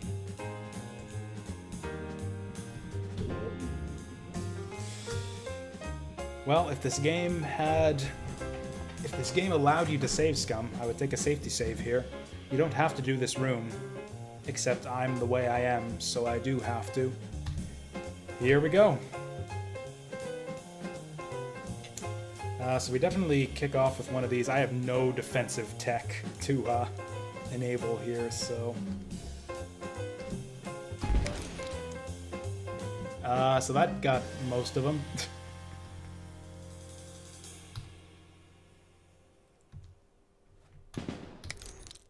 That's a bad start.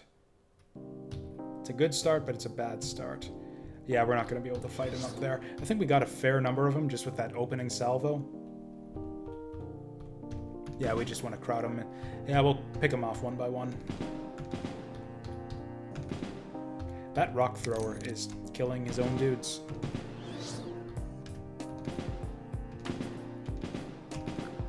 Oh, now this guy. This guy's taken no damage. I guess he was in the back of the pack, so he probably evaded the worst of the AoE effects I put out.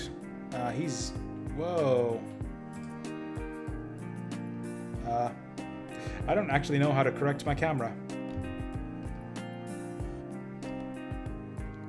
There we go.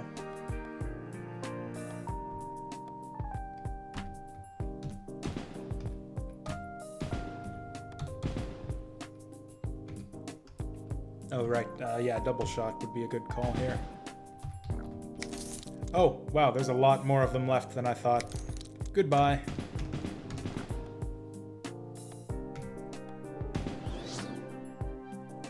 Let's take a steam generator here, actually.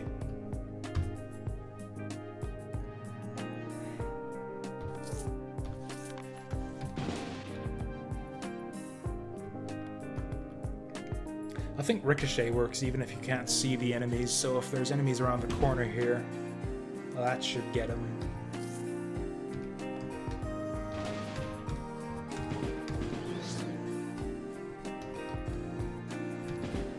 I don't see anything super exciting lying on the ground here. Did we get nothing good out of all that? Oop, black light emitter. What is a black light emitter? Chemistry, tier 3, attaches to your light, so that's our only light slot tinker, so I'll probably take it anyways. Oof. Light radius -3. That's a downgrade if ever I've seen one. Yeah, we're not using that after all. It increases your darkness damage, so if you're a darkness damage dealing tinker class, that would be good for the... What is it? The curse? Not the curse. The other one that's in the same the same class group as cursed. The one with the little dark shadow puppets that he creates.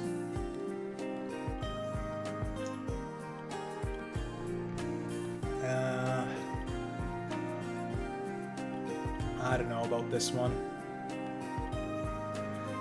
We lose light resist in exchange for armor, physical power. This is actually a good trade. Why the hell did I take this thing? Oh! I misread this. This is a chance to blind when hit, not on hit. Yeah, this necklace is actually terrible. Ooh, that shield is really good, though. But I think I still like this. We'll grab it.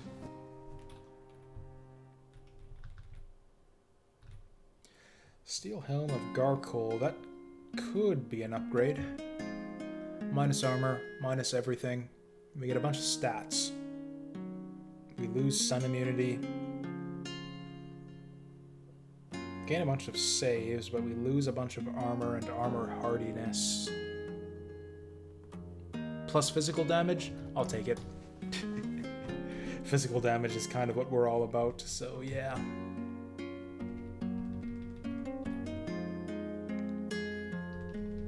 And I believe that's that.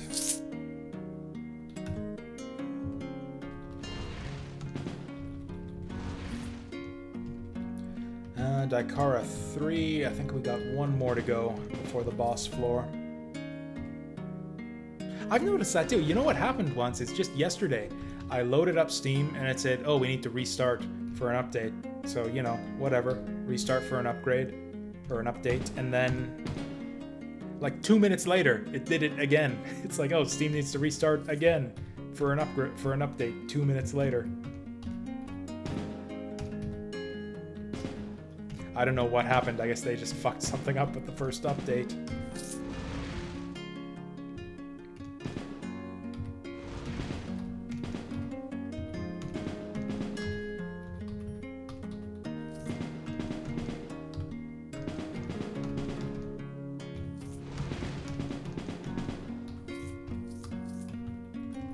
This keeps happening. It's whenever I talk about a game on the weekly podcast, I get in the mood to play it again. So actually the reason I was on Steam yesterday is I downloaded Alwa's Awakening again, and I played it a bit to just basically just sweeping the map at this point and trying to go for 100%. Which is about as boring as I said it was in the podcast. But I was kind of in the mood for that kind of experience, so it was fine.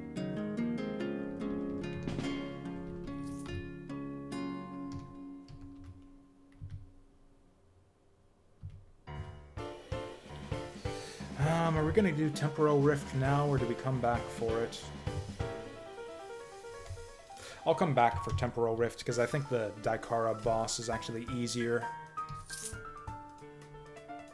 You know what? I really love that that Link's Awakening remix. I almost never do this on stream, but I'm going to play that again, just because I like this so much.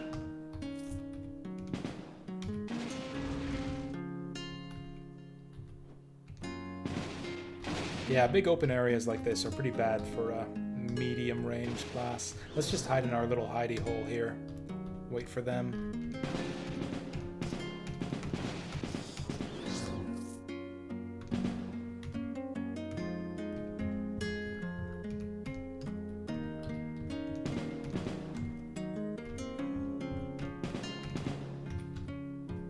Oh, hey, there's a grave. I don't think I've ever seen graves on the top floor of Daikara. I don't know. Should I poke it?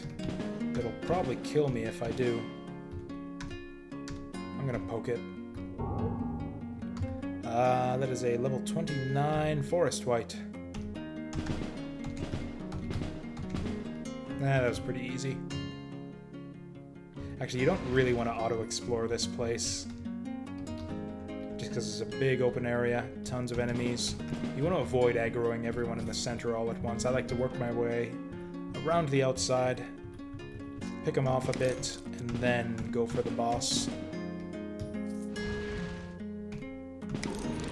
Oops. Well, this is a bad time. What happened to all my sustains?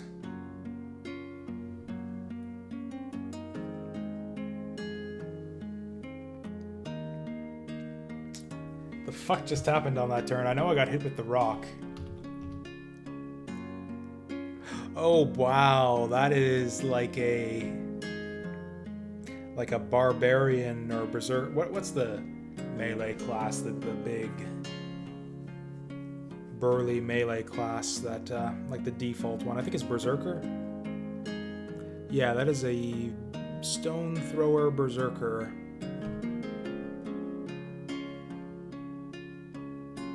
I actually don't think you need a mod to auto restart sustains.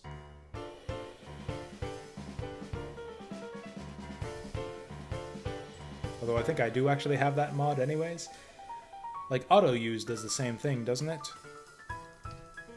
Anyways, this is the tricky thing about the Tinkers is, yeah, your healing salve actually takes a turn. 400% movement. I'm gonna start with that.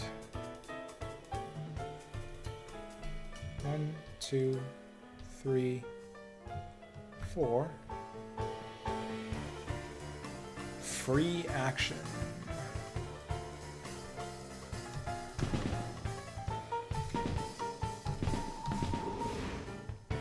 Wow, that guy does a lot of damage. What is this? Gold amulet. Healing. That seems like a good time. I'll take this healing first. Yeah, that actually cost a turn to do that. I don't know what to do.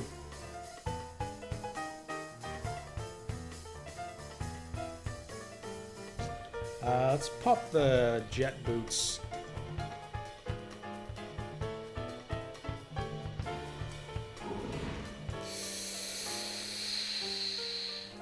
I've got fuck all in terms of healing and regeneration and shit.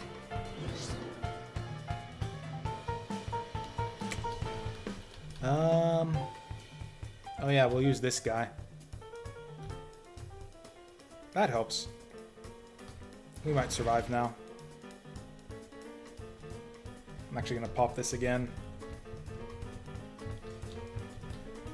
Okay. That was a little bit intense. Where's the exit? I actually think I want to back right out. Ooh, a cloak. It's garbage.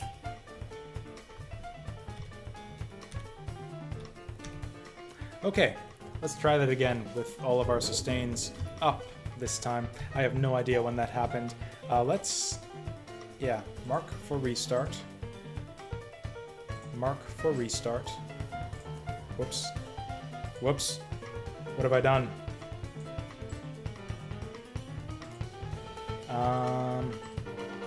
Fuck.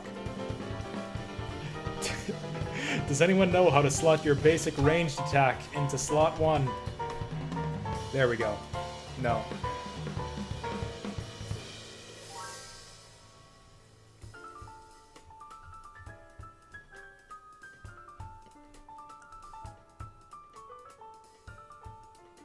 This is embarrassing. There we go. Shoot. Right there. Oh, that activates it. I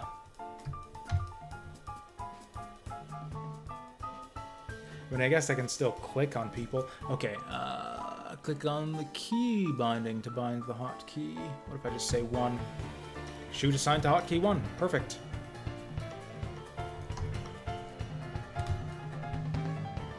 Yeah, there's definitely a lot of ways that enemies can disable your sustains.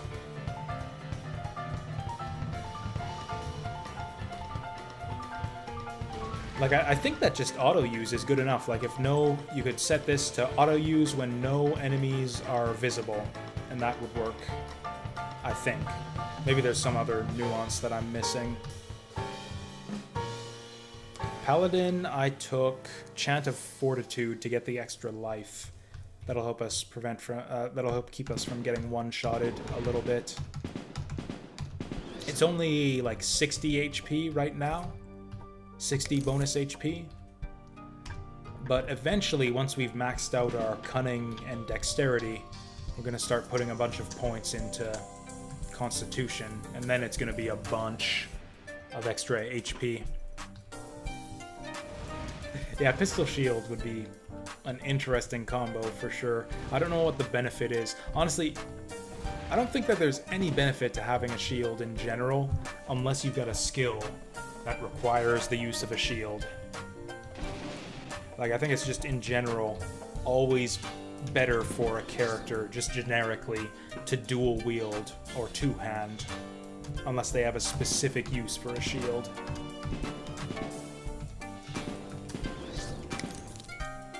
Ouch.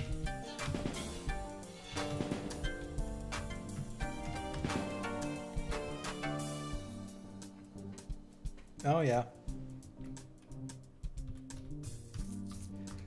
Yeah, it's been so long since, or I guess I played, yeah, actually I did a Diablo 3 season ladder just back in January this year. That was the big anniversary ladder, or whatever the event was they were running. What did I play?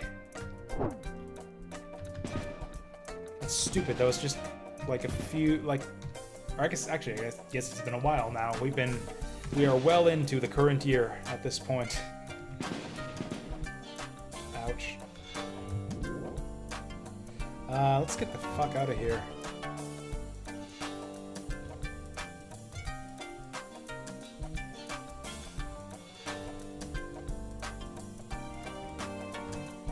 Ooh, I can hit him. Let's do it. Okay, that guy.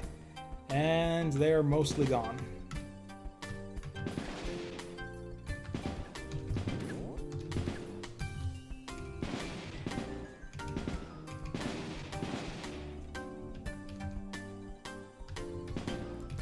Ricochet. Oh yeah, that's right. Ricochet has its own range. Yeah, it's not based on your weapon. Range is 7, which I think is the same as my weapons anyways. Yeah, 7 range. I think your spell, that's not terrible, actually. Your spells, I think, are like 8 or your spells are 8 range, except they have such a slow travel time that you can cast from 9 range with a lot of spells, and it'll still hit the enemy, like they'll walk into it the next turn.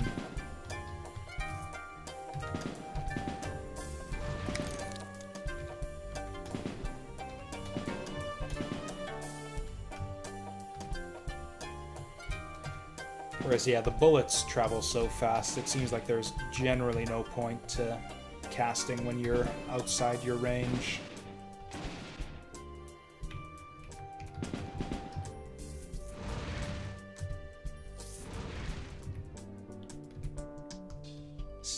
Oh, hey!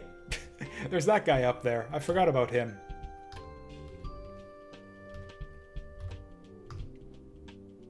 What's a good bullet for this guy? I think I go with these guys. Knockback shots. Skeleton's actually good. Skeleton's definitely the better of the two undead classes. The shield is really helpful. Also has extra life. Yeah, a lot of good stuff from Skeleton. They don't have to breathe underwater either, which is another big plus.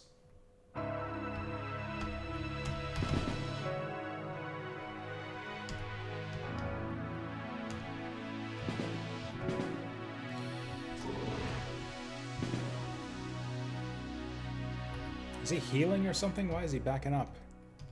Well, there's his...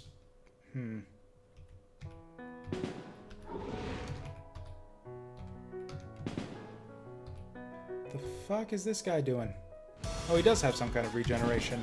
Doesn't matter, he's fucking dead. So that is all of my quests done. Oh, right, we're gonna... Stormfront. My favorite axe. Stormfront is the greatest. I love Stormfront.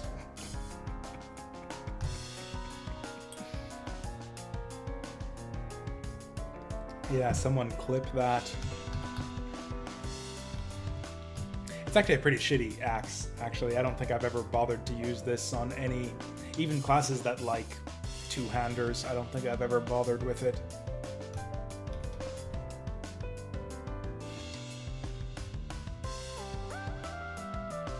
Which I guess is appropriate for an axe named Stormfront. Hey! A bunch of Chrono stuff. Wall of Stone is actually really good for us. That'll help reset all of our cooldowns. The stats are good too. Lots of armor, armor hardiness, lose defense, and a tiny bit of stats. Ooh, the lightning resist is good for us right now. Although we're about to leave this place, so not so much anymore. Physical damage. Oh, we lose a lot of stun immunity though. Oops. My bad. I think there was other stuff in there that I wanted to keep too. That sucks. Fat fingered that one. We just threw away a lot of good stuff. Oh well. We had decent stuff already. It's fine. I didn't need a stone cloak. Maybe I did.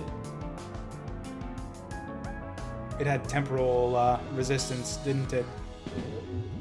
That would be real good right now.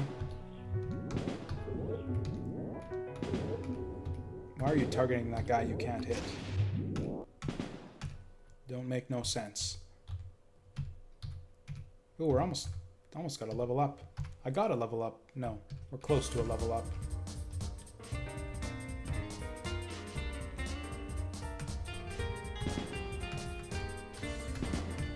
Why does the gun keep trying to target dudes that I can't hit?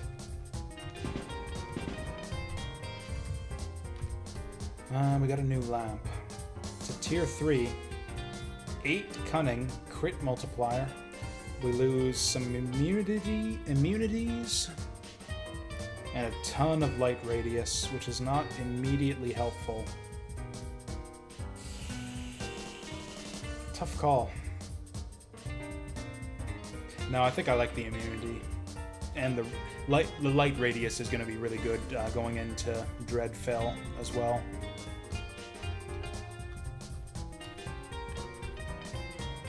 Oh, I can't... This is deceptive. I can't actually get down on that bottom row.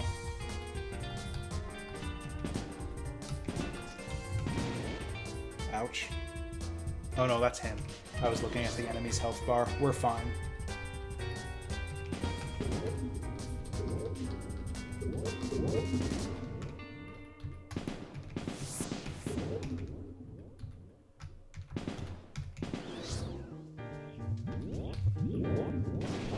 You know, weirdly enough, it feels like our gunner here has a lot of weaknesses. Like he doesn't seem like a good class overall, just based on the things he can do. He doesn't have a good escape. He doesn't have exceptional range. He certainly doesn't have good survivability or any defensive capabilities. And he kind of has a limited toolbox. Like, he only has a couple good AoE skills, and once you pop your cooldown, you're done. He doesn't really only has a couple good single target skills, and then he's done.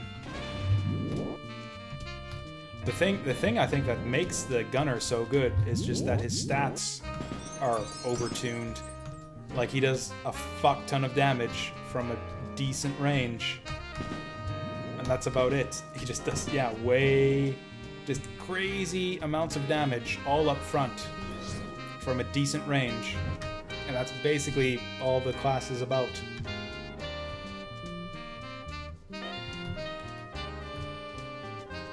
Could I only get one item out of all that?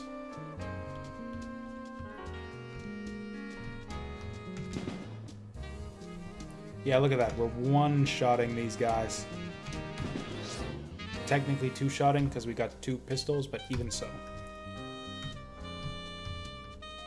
This guy can't even see me. Although I don't have the range to capitalize on that.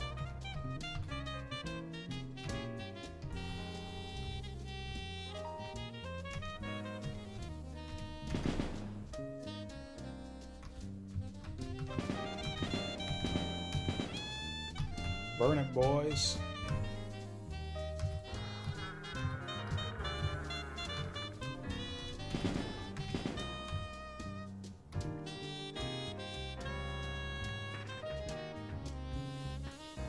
Interesting.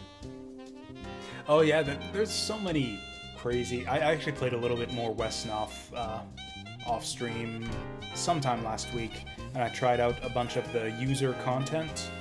It's mostly geared around multiplayer, it looks like, but some of the more popular unique races are really cool.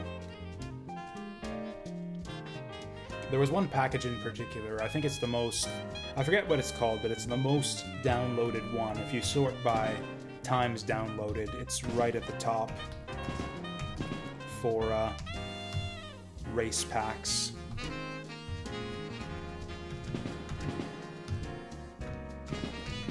It's strictly multiplayer though, there's no campaign based around it. You get like, yeah, some crazy, like demonic void type people with, and all sorts of new unique capabilities too, without going too crazy and far out there. Like, it's still well within the spirit of Westnoth. You've got like these aura abilities where you just do passive damage to surrounding enemies.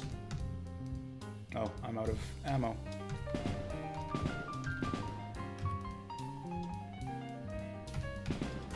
Oh, that's cool. I never have, I like the idea of like user-made content and editors and stuff, but I never had the talent for it. I used to mess around with the StarCraft map editor way back in the day, but I never came up with anything especially interesting or creative. I mainly just spammed just like tons of units on the map and made big dumb battles where you just fight like, yeah, 100 units on 100 other units. Go at it.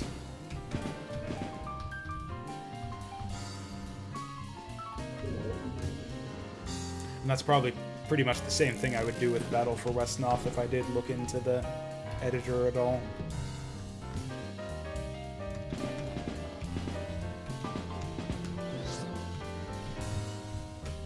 Although I do have some like game design ideas in general. It's just when it comes to messing around with other people's ideas, I don't have the, I don't know, I've never had the inspiration.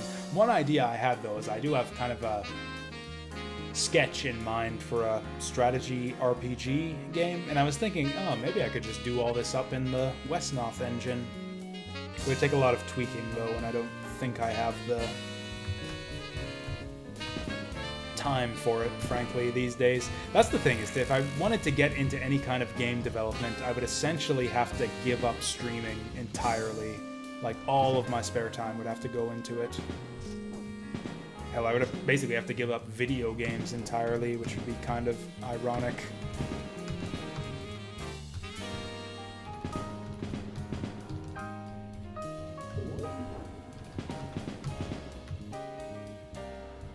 Yeah, I actually looked into WML a little bit. I actually have a fair bit of familiarity with markup languages, and just from all the web design work I used to do back when I was a programmer, or web programming stuff. So yeah, it's all very familiar. I could probably do it if I were so inclined.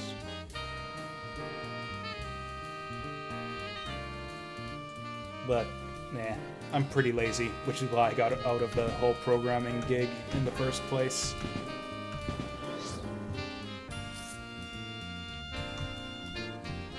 Is that seriously all we got? I'm still stuck on sludge grip, so this might be an improvement. But it's not. Minus nature. Actually, blight and acid is pretty good. Lose the immunities, though. Nah, it's not worth it.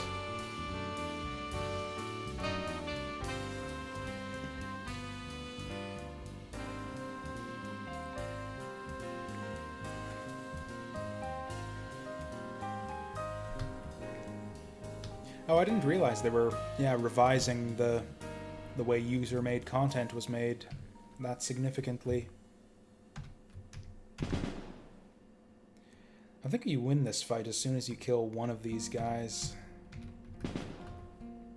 If I walk towards this guy at the right angle, yeah, the other guy will lose sight of me.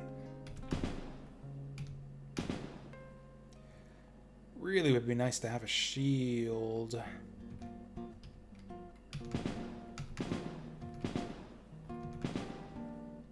Oh, I guess you do have to kill both of them. How did...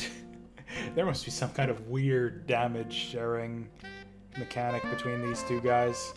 So I killed the other one that I didn't touch before this one. So there we go.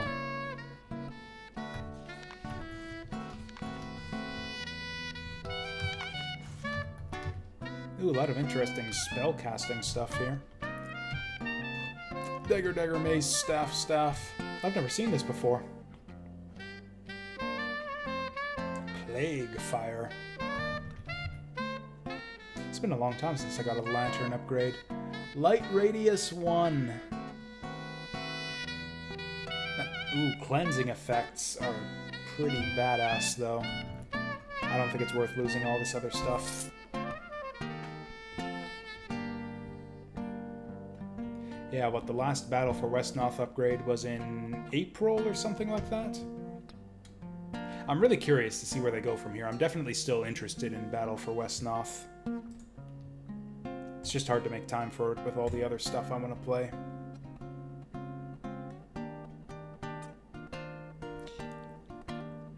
Now what do I want? Probably improve my escape. Because yeah, right now I'm fucked if I get completely surrounded, so... If I buff this up, and then if we're surrounded too deep, I can still get away. Also, I should probably start spending my generic points. Also, I'm level 24. Let's grab this. Yeah, buddy. Yeah, we're putting all our generic points from here into the skill until it gets maxed out. I've got a point in light armor and a point in heavy armor. That seems wasteful. Oh hey, Steam Tech Blacksmith. Didn't even notice this. 2 stir, 2 con. That'd be good for saw butchers.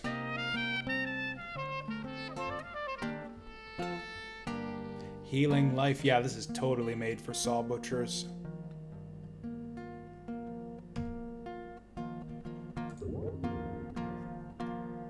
Oh, cool. Yeah, it seems like a pretty small community. I kind of, just from playing the game, just from the quality of Battle for Westnoth, I expected it would have a bigger community, like something on par with the following that Tome has, but it actually seems like relatively small and tight-knit little online community. Like, I think, just at a glance, based on the forum activity and concurrent players on Steam, like Battle for Westnoth seems to be like about a quarter of the size of Tome.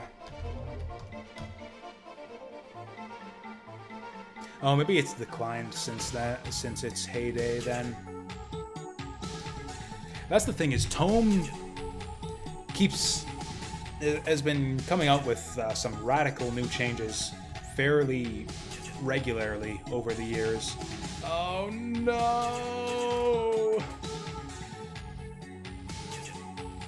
Oh, we leveled up too fast. So yeah, starting level 24, this can happen. This is a random encounter, and if you pass it up, you never get it again.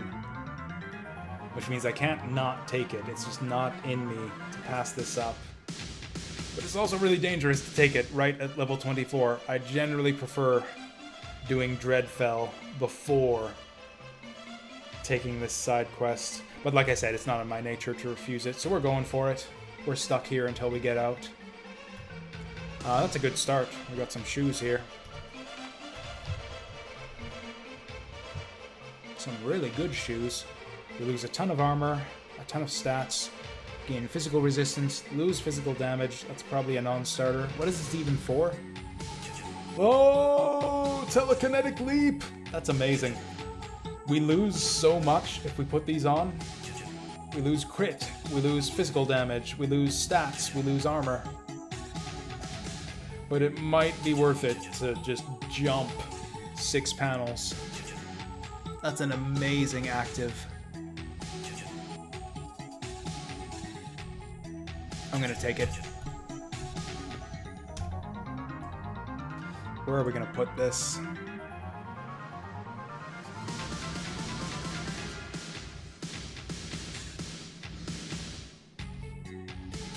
Yeah, I've got so many actives on my bar here. This is actually not any kind of jazz remix at all. This is from Ultima. I forget the number. The one that was on NES, Ultima the Wanderers, something like that. This is a really weird one. Ultima 3, Exodus. Ultima Exodus. This was a remix tape. This, I believe, was released on cassette back in the day.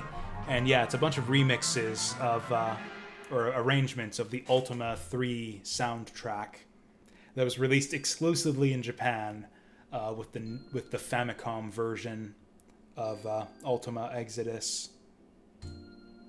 There's some really amazing remixes there on that track. There's actually some vocal ones too that are really cool. I'm actually just gonna load those up in here and play them because they're really.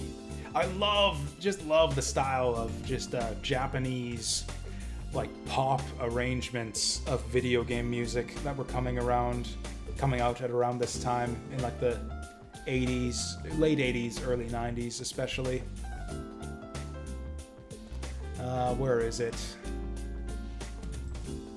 There we go. Ultima Mix. We're gonna drop. I don't even know if this is music from the game. I've never been able to get into the Ultima series. I actually can't find. There we go. Okay, here we go. I don't even know if this is music from the game. Yeah, I've never played Ultima Exodus on NES. Okay, here we go. This will be great music to die to, too.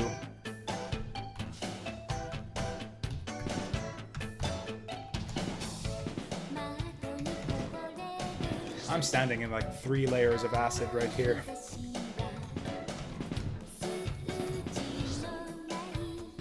Ooh, that's a corruptor. Yeah, I've never been able to get into any type of MMO myself, which is probably for the best. I'm just a heavily antisocial type guy, so the notion of just playing online with tons of other people has never appealed to me. Like, I've tried solo farming in those types of games, and it's just not fun at all. It's really about the social experience if you're going to get into an MMO.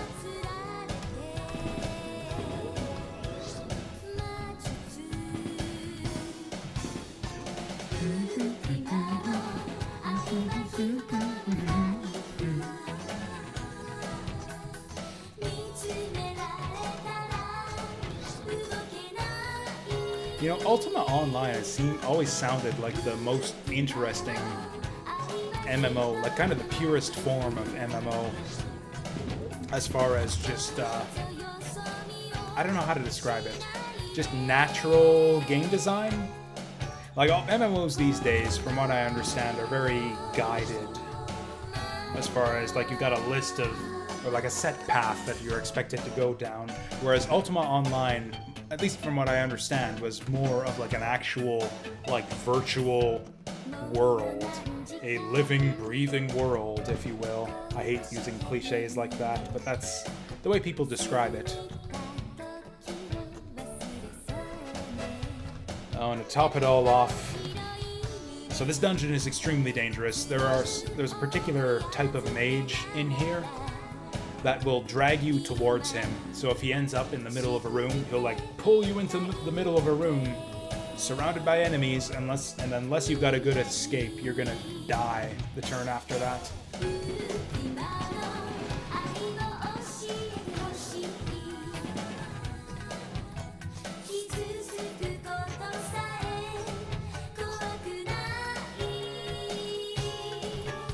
Oh, getting close to it. We're leveling up very fast.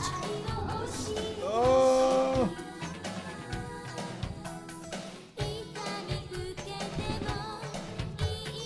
Okay, so he's stunned at least for a little while.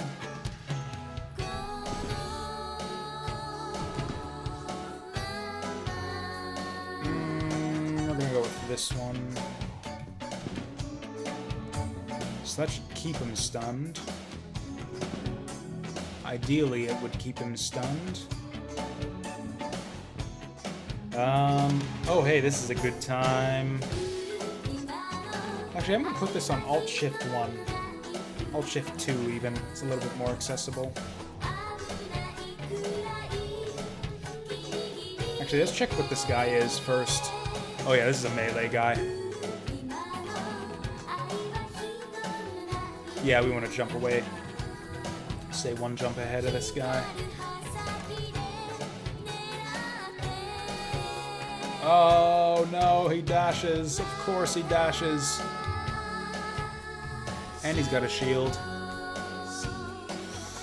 Okay, one more turn. I'm just going to activate the bullets again. Oh, it's supposed to knock back, but it's not working. Oh yeah, we should use our infusion right away, too. Also, there's the other vocal track on this album, which I also love. Much more laid back. This'll definitely be great music to die to if this battle goes bad for us.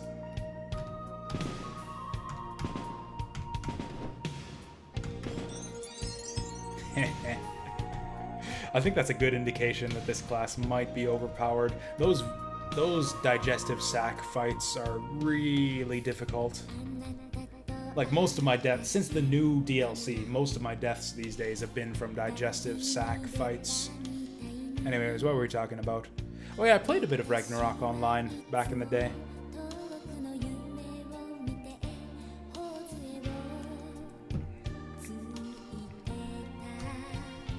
This is a lot of stuff.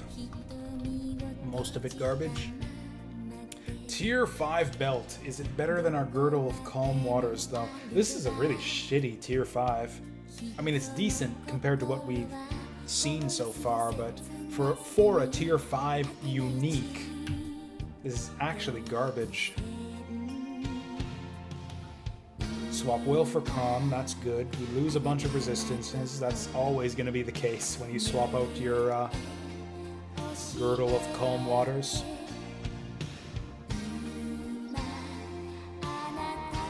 This thing really sucks.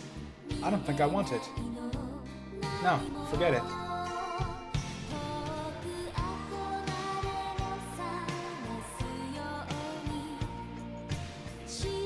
Okay, surely we can get better gloves than freaking Sledge Grip by now.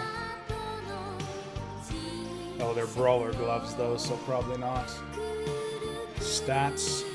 Sturdex. Sturdex is not worth swapping out that disarm immunity. We are fucked if we get disarmed. Disarmed is probably the single worst thing that can happen to us. This should just be illegal. You should not be allowed to stare up into rooms like this. So which of these guys is the one who drags you to your death? I think it's this one, so I'm going to try to kill him. He's too far away. So that's fine. We got our leap, so if he drags me, I can just leap away. There he goes. Yep, he was the one. He swaps positions with you. That's what he does. Actually, you can head into the corridor here. That works. Now we're surrounded. Brilliant job. So glad we did this. Okay, I need to get that guy before his cooldown on the swap recovers. Okay, we're good. Oh, actually, no, we're not. We're out of steam. That was the wrong thing. What did I just do? I wanted to recover steam.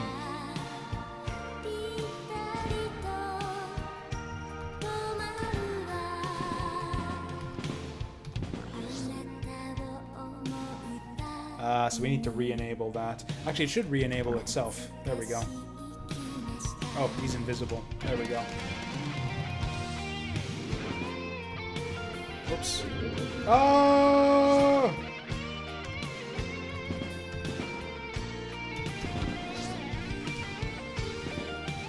Yeah, also those guys do a fuck ton of damage. See, that's the way that you get just one-shotted in this on this in this dungeon is the one guy drags you into the center of the room, and then those freaking sorcerers just gang up and one-shot you with magic. Nothing happens. Oh! Well, no time like the present for this shit. That was a lot of damage. Where am I? Oh, I got swapped again, motherfucker.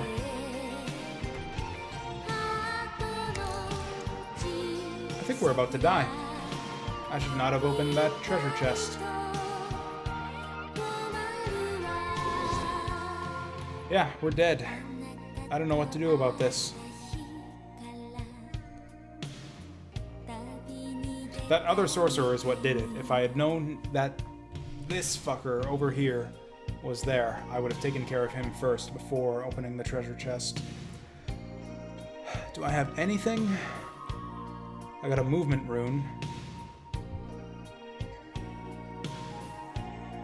Oh, reflective shield. Do I even still have that thing equipped? No, I don't. That is a trap right there. We'll just take that off the hotbar. Tempting me. Fuck. Think we're just dead?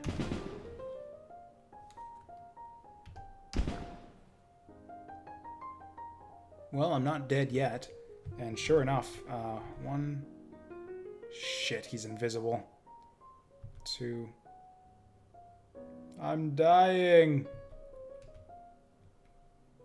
So that gets him away from us. Did that get him?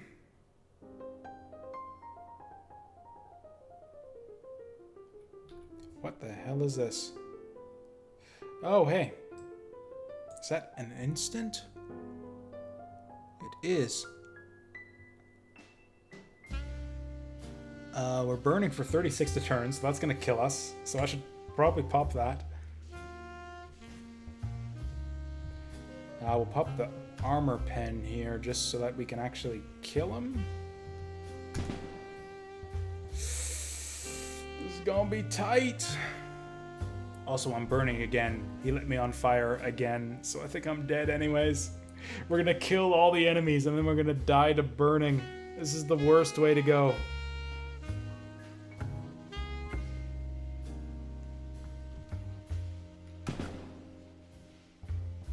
Yep, the burn's gonna kill us. Rip. Do I have anything?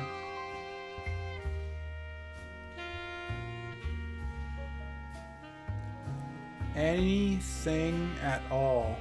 Oh, so I got decrepitude disease. Cool, so now we're taking 50 damage a turn. Yeah, we're done. Yeah, this dungeon, I've probably said this about 3 or 4 different things on this playthrough. This dungeon is one of the other 3 or 4 things that ends runs most commonly for me.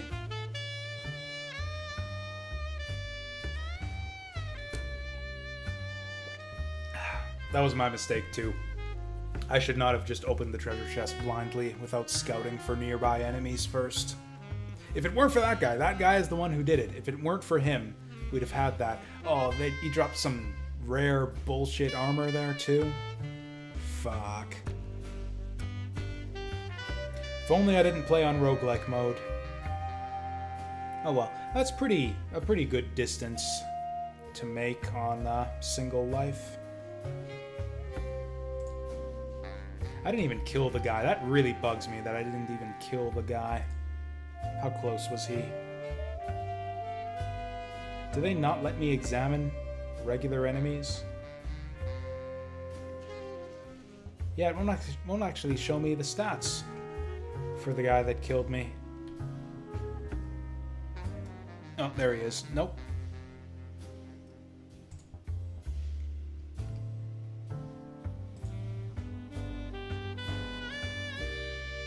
Burning from the elven cultists. So I think it was actually the rare monster that got us. That's a bit of a shame. That run was going so well. I thought we were going to make it to the second continent. I thought we were going to defeat Dreadfell. Just, yeah, plow our way with... Oh, I was so looking forward to using the orc... using that crazy AoE combo on the orc ambush after Dreadfell too. Sadly, there's also a slight advantage to that, because it's getting really late and I've got work tomorrow and I haven't had supper yet. So I should probably just bugger off and order a pizza while the pizza places are still open. However, so as to commit myself to playing more Tome, because I was ready to play more of this if the run went well enough, I will start a new Psyshot, thereby committing myself to playing this again in the near future. So I was going to say I don't know what race to do, so we'll go random to determine the race. I don't know if I want to be a higher Psyshot. I don't know that there's any benefit to that. Ogre Psyshot is probably even worse. Yeah, willpower is your Psy stat, so I probably don't want that. Possessor, that's the shape-shifting, polymorphing class. Oh, also, yeah, so this is... I forget what it's called, but this is the one... I think that's the only class that I'm missing as far as unlocks, is this one psionic. Yeah, I've got every class in the game other than that one stupid psionic there. I think it's something Yeek related that you need. Yeah, I think this is the one where you need to rescue the Yeek Wayist with a Yeek character to unlock this one. Mindslayer, that's the one, yeah.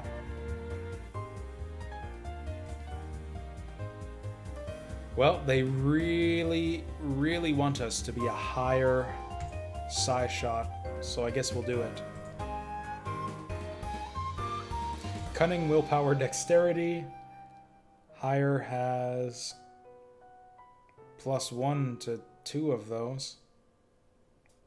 I think his one of his racial generics gives him vision, so that's always good for a ranged class. His name is Elidode. I don't know if I like that. Although I don't know what name I do like, because I'm bad at names. So, in honor of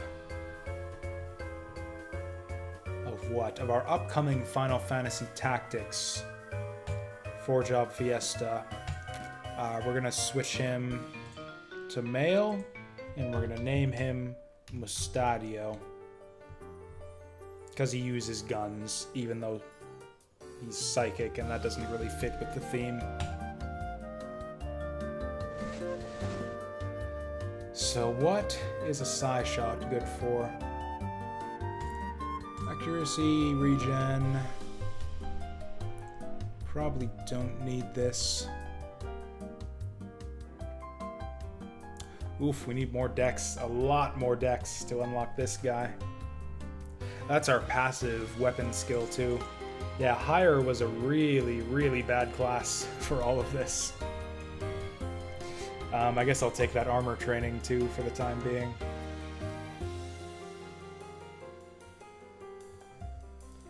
Features that hit you in melee. I would rather not be hit in melee.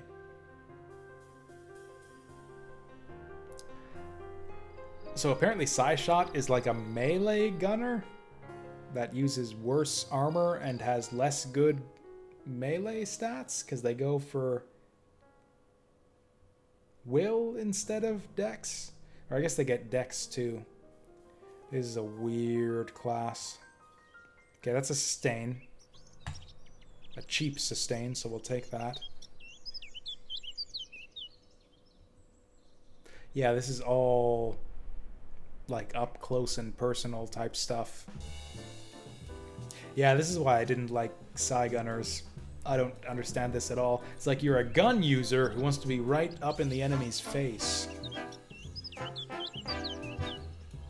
Psychoport, that's a fun word, so we'll take that.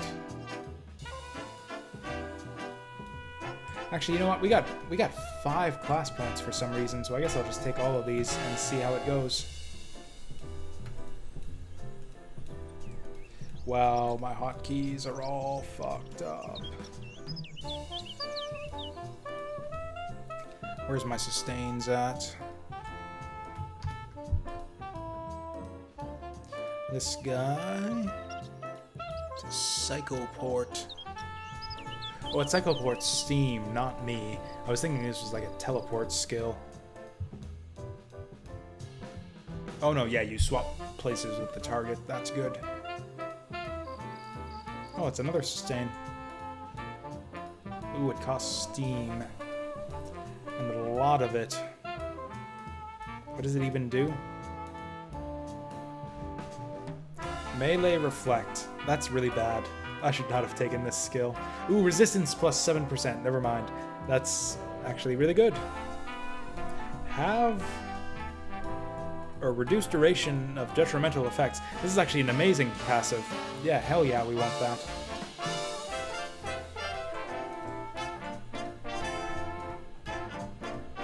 Mind Star. So you got a gun in one hand and a Mind Star in the other. This class looks so bad. So bad. Okay, so this is a close AoE. Do I have any range? Okay, this thing's ranged. But it's a Psychoport.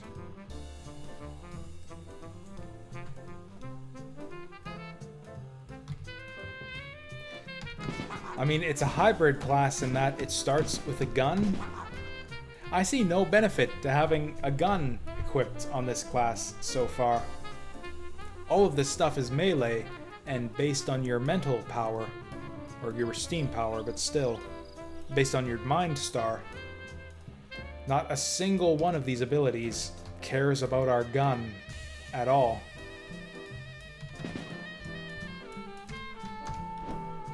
So that's fun. The fuck is this doing? Oh, in radius 1 within the range, so it's not melee AoE, it's a radius around the target. So that's pretty good.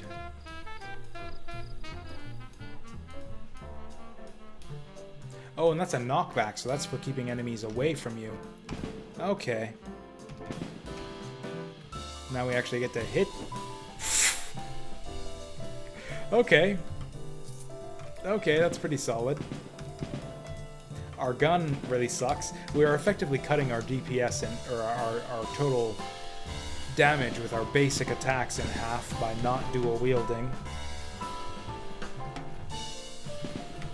But we've got a really good range skill on our number 2 slot, so there's that.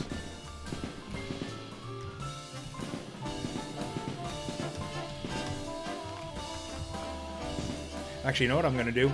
I'm going to order my pizza right now. I'm going to play for 20 minutes while they make that. It's not going to be a big deal. I'm going to, yeah. I've got it set up. I order pizza so much lately. I've got it set up where I can just click the mouse a few times and order a pizza. I'll get a buffalo chicken on Italian thin crust.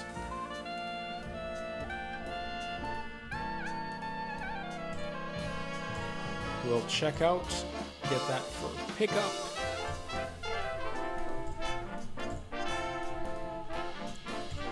And pay for it, and complete. I just ordered a pizza.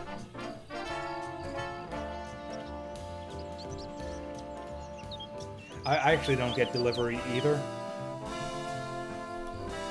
Yeah, there's a pizza place right near my place that I just pick up from all the time. So we've got one really awesome skill, but our attacks suck. So does this have a range? It does. Oh, that's our Psychoport, though. We want to use that. Okay, let's try it out at least. That did nothing.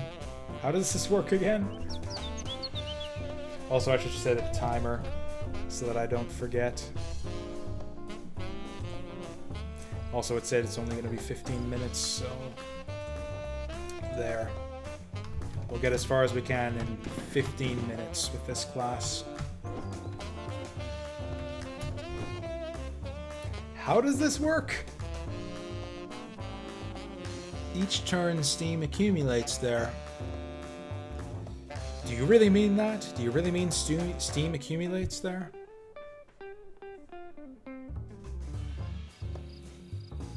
When you deactivate it, you release the accumulated psionic and steam energies and switch places with the target location, releasing it in a fiery explosion.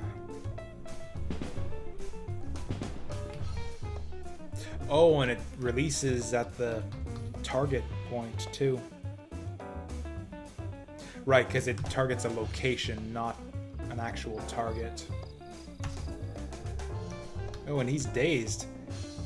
These skills are actually amazing. 5-turn daze. Okay, never mind. This class is actually amazing. I can tell already at level 1 when literally any class with any ability build can succeed.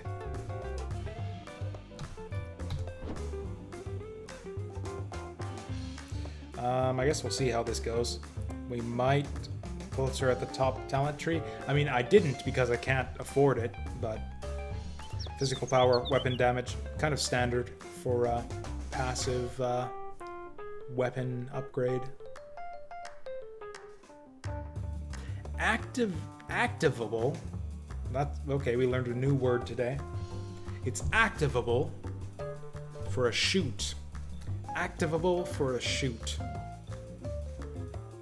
That just deals bonus damage. It's on a 7-turn cooldown.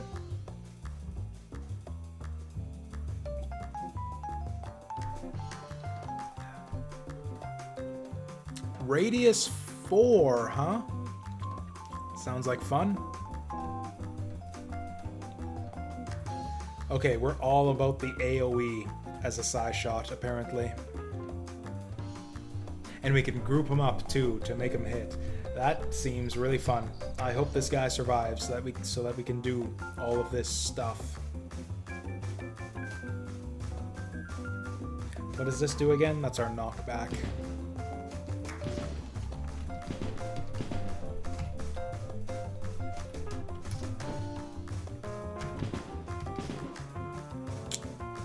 Sadly, we might not have the stats to push through this. I guess we'll see. This ability is on a really low cooldown too. Okay, there's our level up. That'll help a bit. There we go. Obviously we take this. That'll help us out in our current predicament. And I don't know what to do with generics right now, so we'll just leave it. Why aren't we running out of ammo?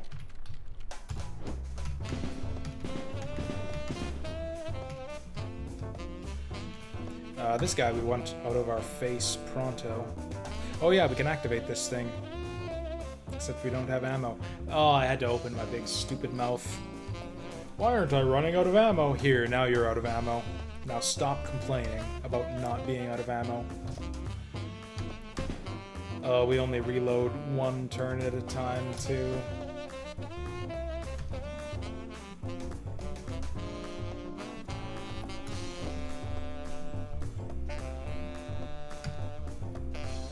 Why didn't that work? I activated Vaporous Step, but it didn't work. Oh, also I can just slash this guy with the Psi dealie, the Psi blade.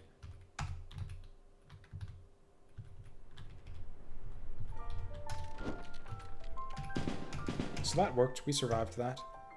Somehow.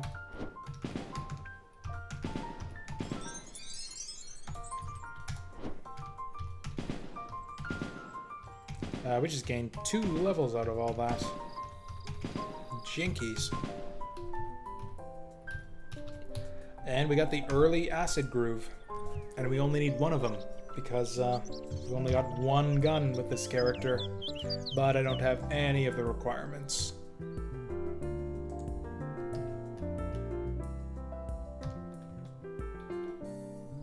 Yeah, we don't have any reload tech. Yeah, the Steam Gunner had a bunch of abilities that would, or at least a couple abilities to help you deal with ammo consumption. But this, yeah, Psyshot does not.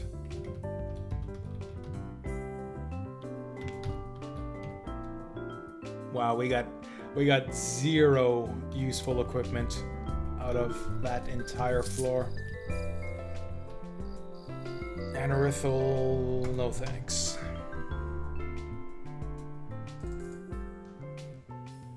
Oof. I think we jacked this up. Radius 2! Yes. And I still don't know what to do with my generics.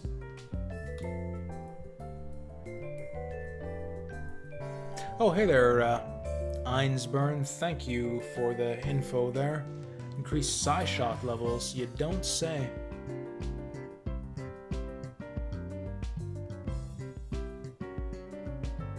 Are you sure? I don't see anything here.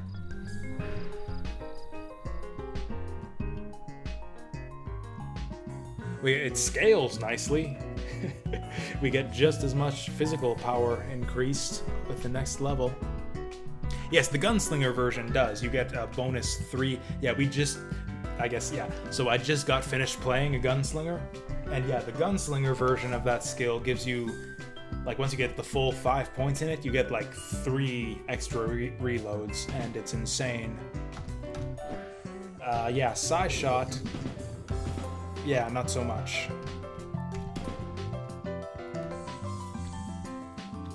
Instead, we get this, crazy AoE ability here. That's crazy. Oh, okay, we lucked out there. You should not, generally speaking, you should not auto-explore when you've got an escort. Did I not? I must have misclicked there. I thought I told it to turn you in to the magic police.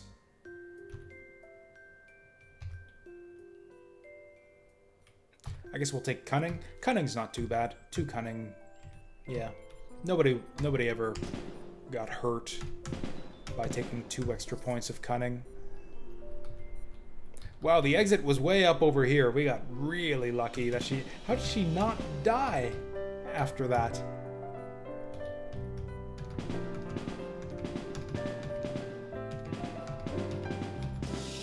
I should really just be using my number 2 skill every single time. There we go.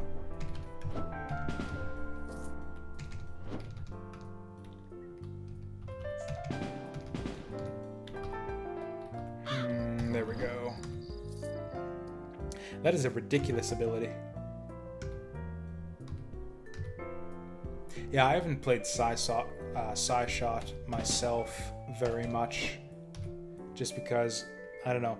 Like I said, I haven't played it much, so I'm not qualified to make this judgment, but I don't think it's very good. I would rather have 2 guns than a Mind Star and a gun. Whoops.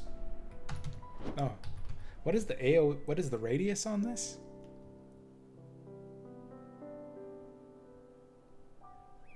Radius 4-3 knockback. Okay, I don't know if this makes any sense to say, but yeah, Psyshot is a bad class with insanely good abilities. I don't think that makes sense. I don't think that's possible. I don't think it's possible to have such a thing.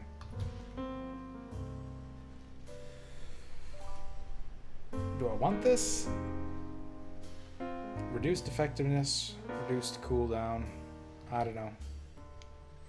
I'll definitely keep this just so I can take it when we take our extra infusion later on. We'll wear a hat just because we don't have a hat. Take a pickaxe just because we don't have a pickaxe. Oh, hey, finally, a good frickin' equipment drop. There we go. Oh, I haven't been taking my level... No, I did take my level ups.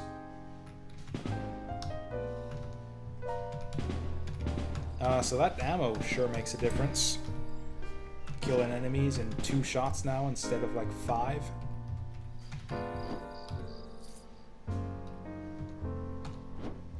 Oh, I don't take self-damage from that AoE ability either. Yeah, this is great.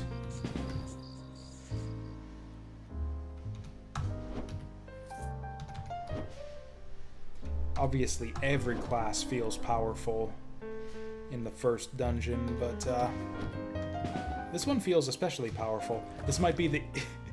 Again, not exactly a competitive race here, but I feel like this is the easiest Trollmire that I've had in a long time.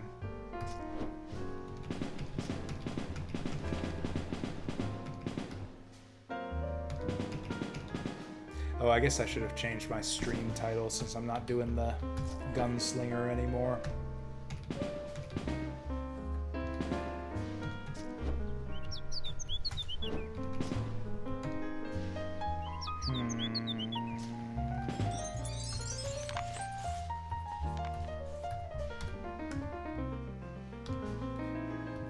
What did we get? We got a new Mind Star. Let's... Yeah, sure. Plus 3% power. I'll take it. Useless. Useful. Useless. Yeah, man, if I'm gonna offhand something with a pistol, I'd rather I have the opportunity to take shields with this class rather than, freaking Mind Stars. What do I scale with again? We want Dex, Cunning, Willpower. That's 3 stats. Pretty much every 3-stat class in the game is kind of tricky to play for exactly the reason that you gotta balance your gains among 3 different stats.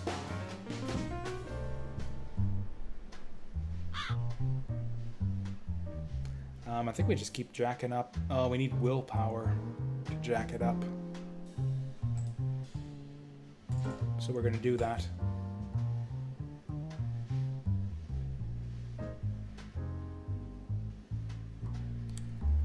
I think we're gonna grab this guy, this guy. I'm not really taking melee attacks that often, so it's always nice to buff your sustains, just because it's free, whatever you get. It's like we're already draining 4 steam per turn to do this, so we might as well just make it better.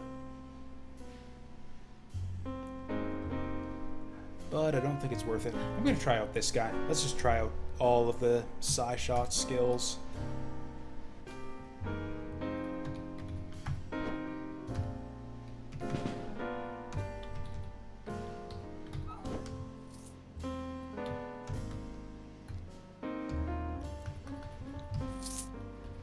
Oops.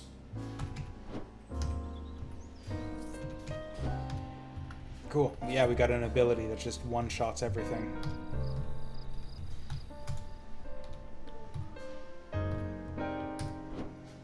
It's always a good thing to have on a class, although with that said, Anarithal has a couple abilities that just kind of one-shot everything. And Anarithal, I find, is one of the more difficult classes to play. There's a little bit more to this game than just one-shotting everything you see. What does this thing do again? Is he wet? Oh yeah, he's only for one more turn. Gotta make use of this.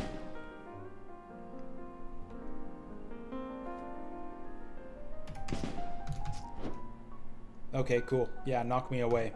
I am totally fine with that.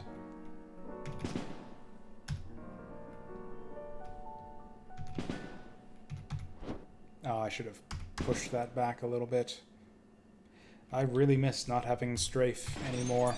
Doesn't matter. Holy shit, how good is that lightning bolt? Did we just one-shot a troll with the hat lightning bolt?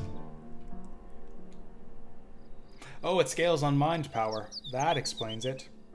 Also, it's super random, so we must have gotten a high roll off of that one. 57-52. Yeah. I generally hate lightning abilities in these types of games for that reason. Oh, it's pizza time. Perfect timing, too. We just finished Trollmeyer. How do I shut that nonsense off? So yeah, I was kind of intending to just get the starting parts of this run finished. Oh hey, new Mind Star. Excellent finish. So yeah, we're committed now. Totally gonna continue this run the next time I have spare time.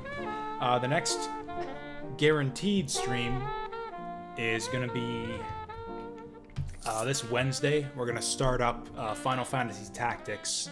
And yeah, start rolling with that 4-job Fiesta challenge. It's actually going to be 5 jobs because you're going to have 5 characters in Final Fantasy Tactics.